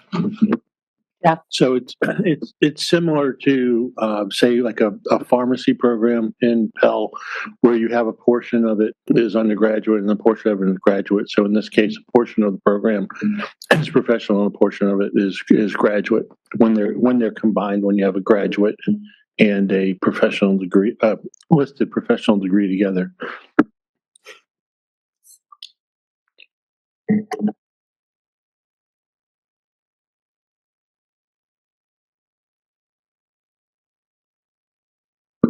Alex Holt? I guess I just wanted to state for the record, my only concern with that is that it would, I think it would theoretically encourage people maybe to be getting MBA JDs instead of just getting an MBA because they could be subject to the higher limit. Off the top of my head, I would wonder if you would sort of apply the lower limit to the MBA and a different limit to the JD. Otherwise, I'm just a little bit thinking through the. You would apply the different ones depending on.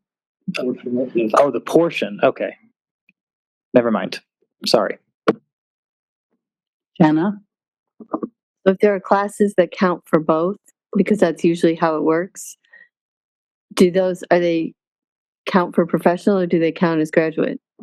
Yeah, I'd have to go back and see how we tease that out, for the other programs. We can definitely get back to you, but this is not a new concept for us, and to the point of, well, people try to combine it. You have other issues like aggregate limits and the time to degree and all that in place. So we don't see that as a concern at the moment.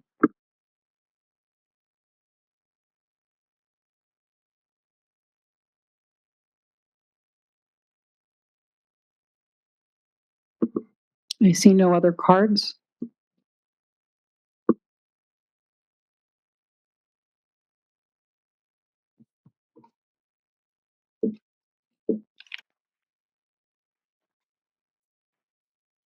Revise subsection C2 to read as follows. Romanet 5, in the case of a graduate or professional student for a period of enrollment through June 30th, 2026, $12,000. I'm going to assume we can go on. Revise subsection E to read as follows. Aggregate limits for unsubsidized loan.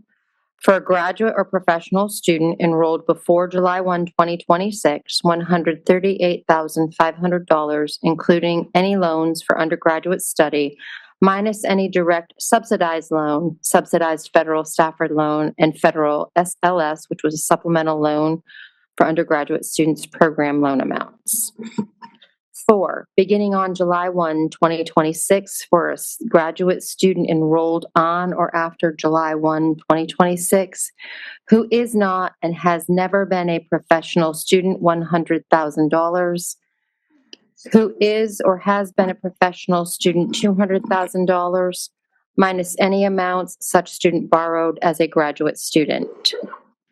5, beginning on July 1, 2026, for a professional student, $200,000 minus any direct subsidized loan, subsidized federal Stafford loan, and federal SLS program loan amounts, and any amounts such student borrowed as a graduate student, if applicable. 6, the limitations for aggregate loan limits described in paragraphs E4 and E5 of this section shall not be applicable to student borrowers during the period of students' expected time to credential if the student, Romanet 1, is enrolled in a program of study at an institution as of June 30th, 2026, and Romanet 2 received a direct loan for such program of study prior to July 1, 2026. Paragraph 7, if the student ceases to be enrolled in the program of study at any point after receiving the exception under paragraph E6 of this section, the limitations under paragraphs E4 or E5 shall apply if applicable.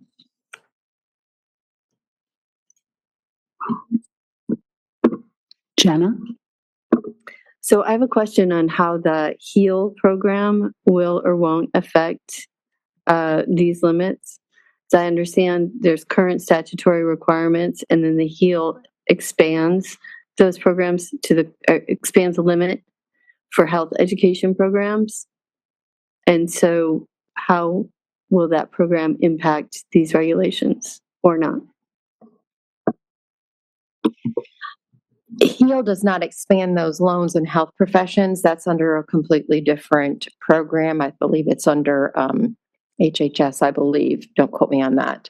But that's a different, you're able to get additional funds for that particular program of study. It's not under HEAL, though. HEAL is, there's no more new loans under HEAL.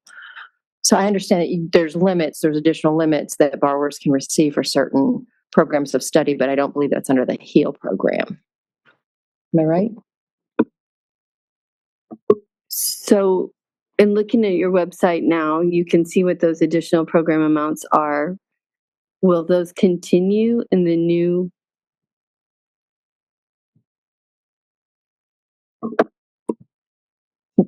Uh-oh. We do not think at this point, but let's take that back and we'll get some clarification on that for you because I don't really know the answer to that question. I don't think we're ready to speak to that until we've had a chance to flesh this out with both our operations side and our Office of General Counsel and the administration.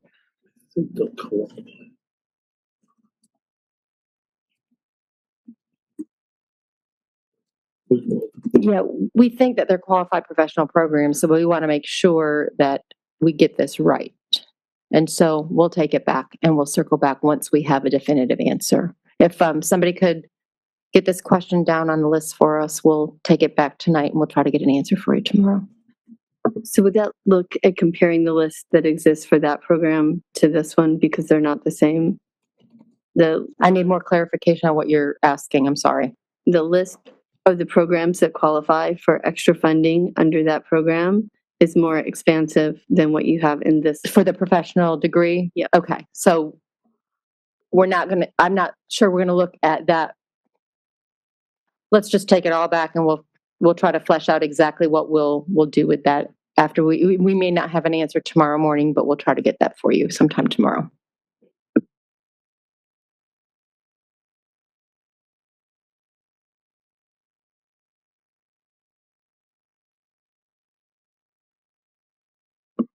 I see no other cards up. That means it's my turn to talk again. Whew. Revised subsection F to read as follows. Direct plus loan annual limit, paragraph 1. Annual limits before July 1, 2026 has been added to the beginning of the total amount of direct loans a parent may borrow, and then we have inserted before July 1, 2026 after study and before may not exceed. Paragraph 2, annual limits on or after July 1, 2026, beginning on July 1, 2026, the total amount of all direct plus loans that all parents may borrow on behalf of each dependent student for an academic year of study may not exceed $20,000 minus other financial assistance as defined in Section 480I of the Act for the student.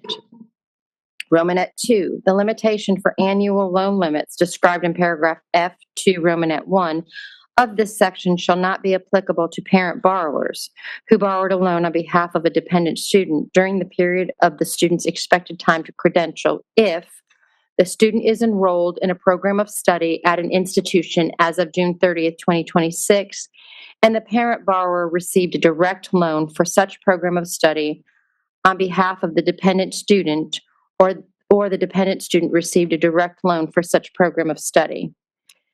Romanet 3, if the student ceases to be enrolled in the program of study at any point after receiving the exception under paragraph F2 Romanet 2 of this section, the limitations under paragraph F2 Romanet 1 of this section shall apply to the parent borrower of that dependent student.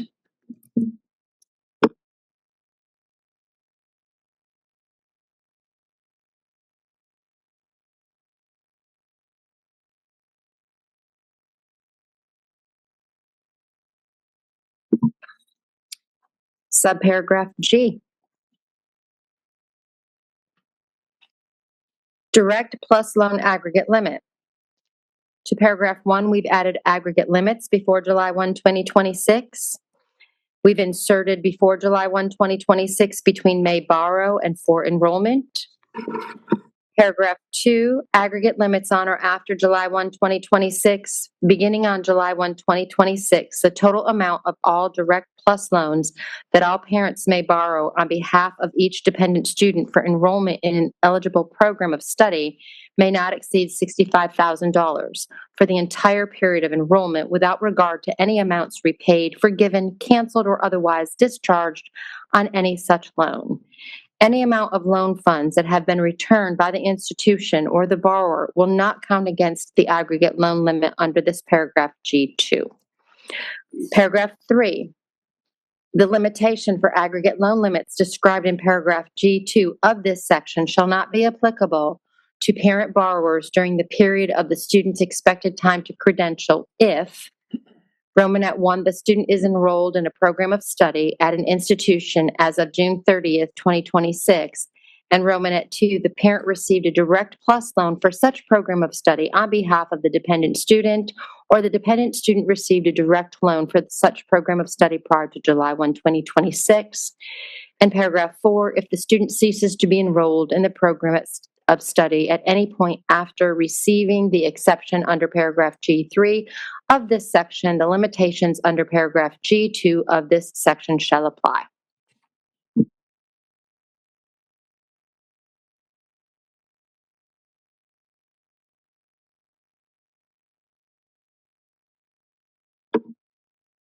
All right, let's go to J. Under J, we've added 1 to the first paragraph. In no case may a direct subsidized loan direct unsubsidized. I'm not going to read all that because it hasn't changed. we have Romanet 2 from paragraph 1 and Romanet 2. We have Romanet 1 in paragraph 1 and Romanet 2 in paragraph 2. And now we read effective July 1, 2026, the lifetime maximum aggregate amount of loans made, insured, or guaranteed under the Act that a student may borrow, excluding federal plus loans or federal direct plus loans, shall be $257,500 without regard to any amounts repaid, forgiven, canceled, or otherwise discharged on such loans. Any amount of loan funds that have been returned by the institution or the borrower will not count against the lifetime maximum aggregate loan limit in this paragraph J2. 3, the limitation for lifetime maximum aggregate loan limits described in paragraph J2 of this section shall not be applicable to student borrowers during the period of the student's expected time to credential if the student, Romanet 1, is enrolled in a program of study at an institution as of June 30th, 2026, and Romanet 2 received a direct loan for such program of study prior to July 1, 2026. Paragraph 4, if the student ceases to be enrolled in the program of study at any point after receiving the exception under paragraph J3 of this section, the limitations under paragraph J2 of this section shall apply.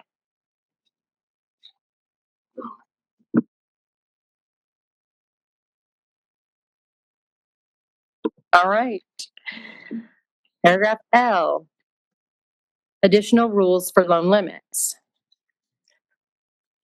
1, less than full-time enrollment, notwithstanding any provision of 34 CFR Parts 682 or 685, in any case in which a student is enrolled in an eligible program at an institution on a less than full-time basis during any academic year, the amount of any direct loan that the student may borrow for an academic year or its equivalent shall be reduced in direct proportion to the degree to which that student is not so enrolled on a full-time basis, rounded to the nearest whole percentage point, as provided in the schedule of reductions published by the Secretary. 2, institutionally determined loan limits.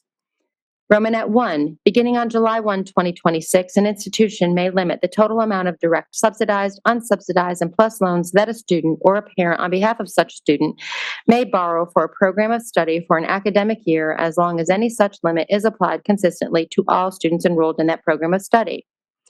Romanet 2, an institution that limits the total amount of direct loans for an eligible program under paragraph L2 Romanet 1 of this section must document its decision and follow the record retention examination requirements in 34 CFR 668.24.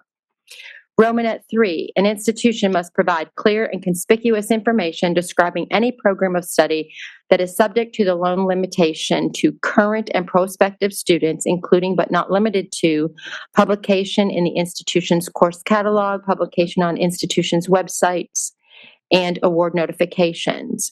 Romanet 4, prior to taking such action under paragraph L2 Romanet 1 of this section, an institution must notify the student who plans to enroll or is enrolled in the program subject to this limitation.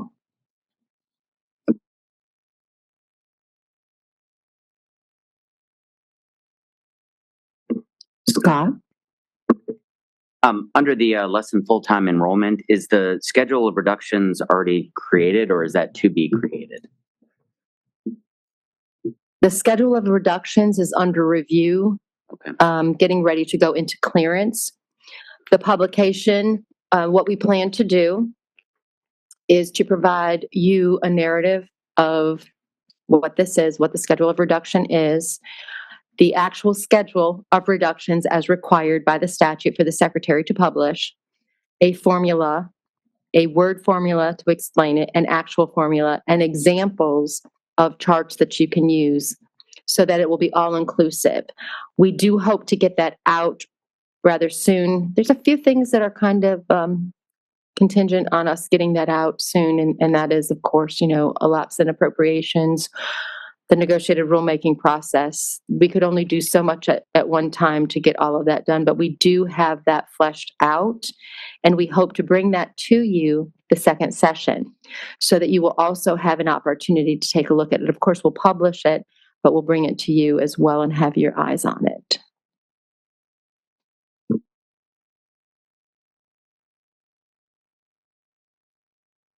Jenna? Thank you.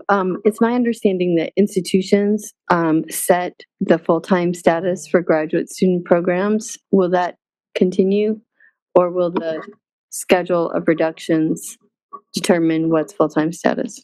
No, we are building for an undergraduate student. It's at least 24 hours, at least 24 hours. So we have built that undergraduate chart on 12 hours and 12 hours for a standard academic year. For graduate and professional students, the institution will still be able to set what is considered full-time, what is considered at least half-time. So in order for loans to be given, they at least have to be half-time. None of those parameters are changing. Jenna? Thank you. And in section 4, section 3 and 4, no, sorry, just 4, the language is student who plans to enroll. I think there are other, is that a defined term? I think we have other defined terms for prospective students, and I wonder if we should use conforming language there. Tell me where you are again. Last paragraph. Oh, I see it. I think in this case, when we're saying who plans to enroll, there would be a number of ways for that to happen through through their course catalog, through their website, through their award notification, through actual notifications of acceptance should they indicate their interest in a respective program. So I think who plans to enroll, meaning we don't want to bait and switch, right? We don't want to not give this information to the student, then all of a sudden tell the student, oh, by the way, you can't have as much money as you think for that program. We are expecting that they would give clear and conspicuous information ahead of time. It would be on their website. It would be pasted all over the place for these borrowers and students to understand this program can only get X number of dollars. That is the expectation of the department. We are not trying to harm the borrowers in this sense where we want the schools to actively inform them of what their limits will be if they actually enroll in this program of study. Timothy? Question from the constituent. Are Parent Plus and Grad Plus for legacy students included in the loan types that would need to be prorated? These loans, the schedule of reduction, so proration is a little bit different. I know the terminology in the statute said direct proportion. We are not looking at proration in the sense of redefining how much loan money a student can get for weeks in an academic year unless that's not what this is. This is looking at an academic year for, I believe it is just for the direct loan program. I don't believe for sub and unsub. Is it for plus loans? I don't know that we've discussed that, to be honest with you. Is it in the statute? Does it say what part under Part D? Part B? It says beginning, no, that's institutionally. Part B. It says the direct loan that student may borrow. So this is student borrowing. Okay, so it is specific. We do state that in the regs as well. And plus. Where does it say plus? It's this part or Part B. So. Oh, it does say 682 or 685. No, that's. So we're going to confirm because we have to make sure that we're right here, but it says the amount of any direct loan that student may borrow. So if it's a student borrower, it would not be plus. So either our reg text is not in line with the statute and we need to change that, or we need to look again at the statute. So at this point, let's table that till I get clarification on the exact loans. But to get back to the point, it is not a proration. It is a reduction based on an academic year or what the equivalent of an academic year is. So if you're looking at a standard academic year and you have 2 semesters and you have the summer as a trailer, they take 12 hours the fall, or say they take 6 hours in the fall, they take 15 hours in the spring. Right now, they're still not at the full-time of what, 24? They have eligibility for the summer, or you're going to have to look at reducing based on their status of less than 24 hours for the fall and the spring if they don't enroll in summer. Okay? Andy and then Jeff. I'm sorry, but Patty just looked at me like she was like, what did she just say? Want me to explain that again? Is it too late in the day for us to do this? It's okay if you say yes. Yeah. Yes, you can talk. I'm giving you permission this one time. Thank you. I guess it just doesn't make any sense. So and at what point are the adjustments made? So say I'm enrolled full-time, I receive a disbursement, and then I drop the next day down to part-time. What happens in those cases? And then in your example, a student may have received a full-time loan for 2 payment periods, and then they didn't complete a full-time, and you're saying we would need to have them repay it? No, I did not say repay. I said you would reduce their annual loan limit. Reduce their, sorry. Right. So in that case, if their reduction in their annual loan limit, if they were full-time and full-time for the academic year, okay, then there's no reduction in their annual loan limit. Correct. If they are half-time, so say they're 9 hours, say they're 3/4, I considered that when I worked in the school, 3/4 time. They're 9 hours, and in the spring they take 15 hours. What's 9 and 15? They're full-time. 24, full-time. There's no reduction at the end of the academic year for that student. If the academic year has a summer trailer, and they are 9 hours and 9 hours, that's 18 hours, 6 hours in the summer, they're full-time. There's no reduction. So the reduction comes in, and this is something that schools are going to have to build into their FAM system.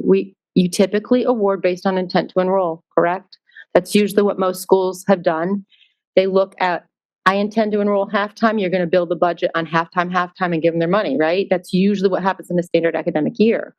So now when you're looking at, I intend to enroll full-time and full-time, and that changes, there's a requirement for you to look at the enrollment at the time of disbursement, right? You have to look every single time you get ready to disperse funds to a student, you have to look and check all the eligibility criteria. So if at that point they are not full-time, you would reduce that disbursement prior to them getting it. Doesn't mean they couldn't get it again for the summer if they chose to build back up to the full-time. But schools are going to have to look at this, build it into their FAMS system, their financial aid management systems. You already do loan limits. You already have the capability is already there. This is another annual loan limit that you have to look at the academic year and enrollment. And you're going to have to, on your institution's campuses, for those of you that are at institutions, account for this and the fluctuations that could happen that second semester or that second term, right? The reason you don't have this in clock hours is because they have to earn the hours before they get additional funding. So it's kind of, you've got to meet the criteria of being a full-time student to get a full-time academic year award. Okay, I just think some clarity around also what occurs if their enrollment status changes after disbursement. That will have to be looked at on a case-by-case basis at the institute. It's going to have to be a practice at the institution. So we could definitely come back and talk a little bit more about that tomorrow. But that is something that each institution is going to have to decide how they're going to handle subsequent changes to enrollment status because of this new requirement for annual loan limit based on full-time status. We have Andy and then Jenna. Could we please go back to paragraph 4 at the bottom of the page? So I heard from many schools in our constituency group about the vagueness of this and understand your explanation. I'm just wondering that when the final rule comes out, if we could maybe provide that example that you gave earlier about website, because schools are interpreting that to say, hey, so as a new student inquiry, Do I have to email them? What do I have to do? But an example or a couple of examples, not an exhaustive list, would be helpful, I think, for the schools, because that paragraph caused a lot of confusion with our schools. We can take that back. We usually try not to regulate ourselves, so we'll have to look at that. We could also do that in sub-regulatory language, and we certainly could also do that in our websites to provide greater clarity when we're specifying that. Do you ever do FAQs after publication or? We actually have FAQs, a lot of FAQs on our federal student aid website for specific questions. I know we used to have them for COVID. We used to have a whole bunch of different things. And if this was something that would be beneficial, I'm sure that we could get with our operational team and we could create a list of questions and answers that would be responsive, definitely to meet the needs that are out in the public. We certainly don't want to throw these regs at you and say, hey, we're not willing to, but we also don't want to put something in regulations that ties our hands. We don't try to regulate ourselves when we want to leave this open to what the schools usually do. But our expectation is certainly not to deceive or try to deceive anyone or make it look like we're not being completely transparent or you guys aren't being completely transparent and honest with the students. Jenna? Thank you. I'm going to ask if we can clarify in the regulatory language whether the new aggregate loan limits are inclusive or not inclusive of previously borrowed funds.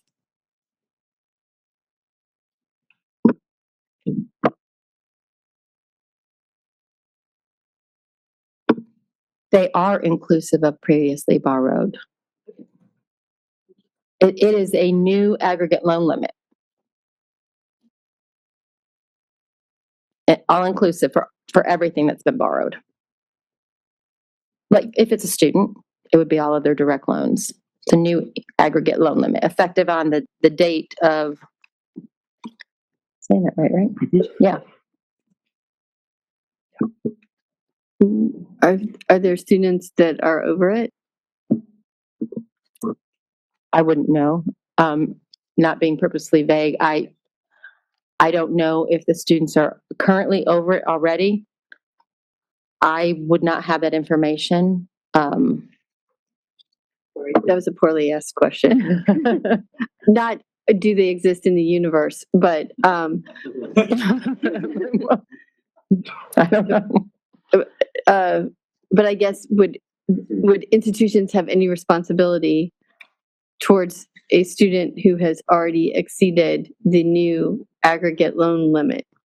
So the liability or the eligibility criteria is the date that this is effective. So we can't obviously right now look at, so this is effective right now, July 1, 2026, but you're already over, so you owe money back? No.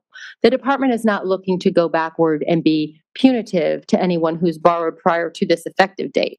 But what we would be punitive with is if a school ignores the aggregate limits and processes a loan for somebody, and this, that's a little bit different. But if you're looking at somebody who's coming into this particular effective date with X number of loans that may already be over the limits, they're not going to be expected to pay that money.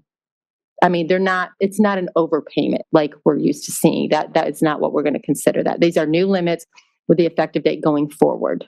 Yeah, and just trying to make sure that we're clarifying the campus responsibility, right? The campus responsibility comes in if a school certifies a loan for someone who is ineligible. That is a school liability. Now, you're not ineligible. If you're coming to the table and you're doing all your checks and balances at the institution, you're going to look at that. You're going to see that they're over their limit. You're not going to give them any money, I would hope. And so therefore the school liability would be nothing because you did not award that student, and that student these loan limits were not subject at that particular point in time when the student was eligible to receive the funds that the student received. Make sense? Thank you. Alex Holt. Okay, 2 clarifications, Anne-Marie. I promise I'm not trying to say the same thing again. Just to clarify what was just said, if somebody has, let's say, over $100,000 in loans and they try to enroll in a graduate program, they are ineligible for further federal loans. Is that correct? For the start date. of next year.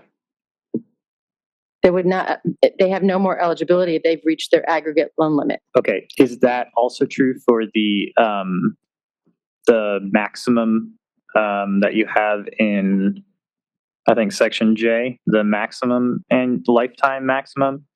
Yeah. Yes. Okay. Yes. All right. Thank you. These are new loan limits that are effective upon the dates that we've indicated here.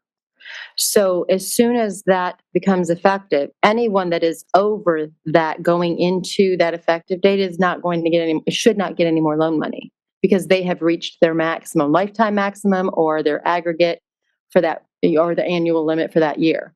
So it is capping borrowing. I mean, that is exactly what we are doing here. We're capping the amount of money that they can get overall lifetime.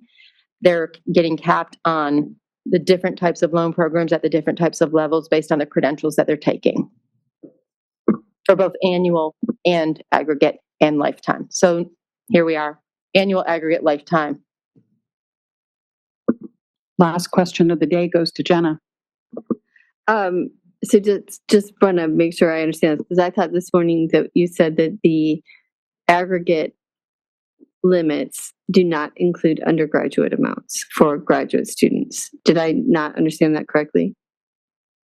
The 100,000, does it include undergraduate or no? I'm going to say it is too late in the day for me to answer that question because there is a provision in here where the way we've worded it looks like it's let's just circle back tomorrow and clarify, because if we did say something wrong this morning, I certainly want to get on the official record of fixing it. So thank you for bringing that to our attention. Let's take that back and we'll get back tomorrow. When we're, sir?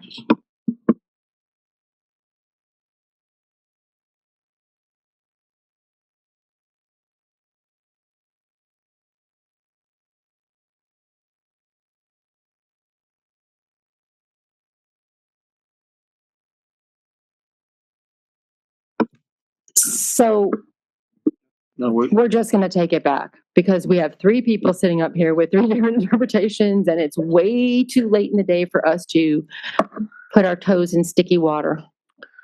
But I actually have a entirely new issue, and it's related to what we were talking about before with regard to lapse of appropriations. This is sort of hot off the press. There was a decision made earlier today that suggests that NEGREG could continue under a lapse of appropriations.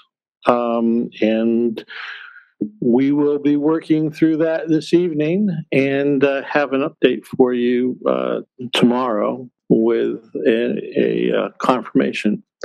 So please stay tuned. One of the great things about this job is, things are always changing. You never get bored. So, but I would like to pass that on. So there is the possibility that we can work through this. Anne Marie. Thank you so much. Okay. Bob has a comment that he would like to make. I told him earlier I would allow that. So last comment of the day for real.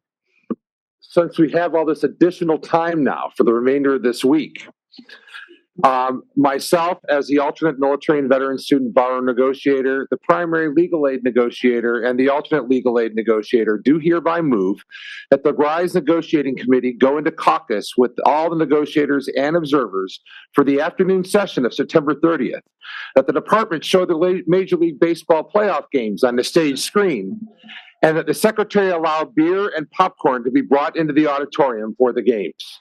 I would very much appreciate a concurrence vote on that. Okay, I just wanted to give a little levity, folks. We respectfully decline, but thanks. Unless we can be included. All negotiators and observers is in the motion. Does that encompass the wild card playoff in the American League? Oh my goodness. That's exactly. You might have something there. I'd like to thank everyone for their kind attention throughout the day, and I wish you a good evening. We will resume tomorrow at 9 a.m.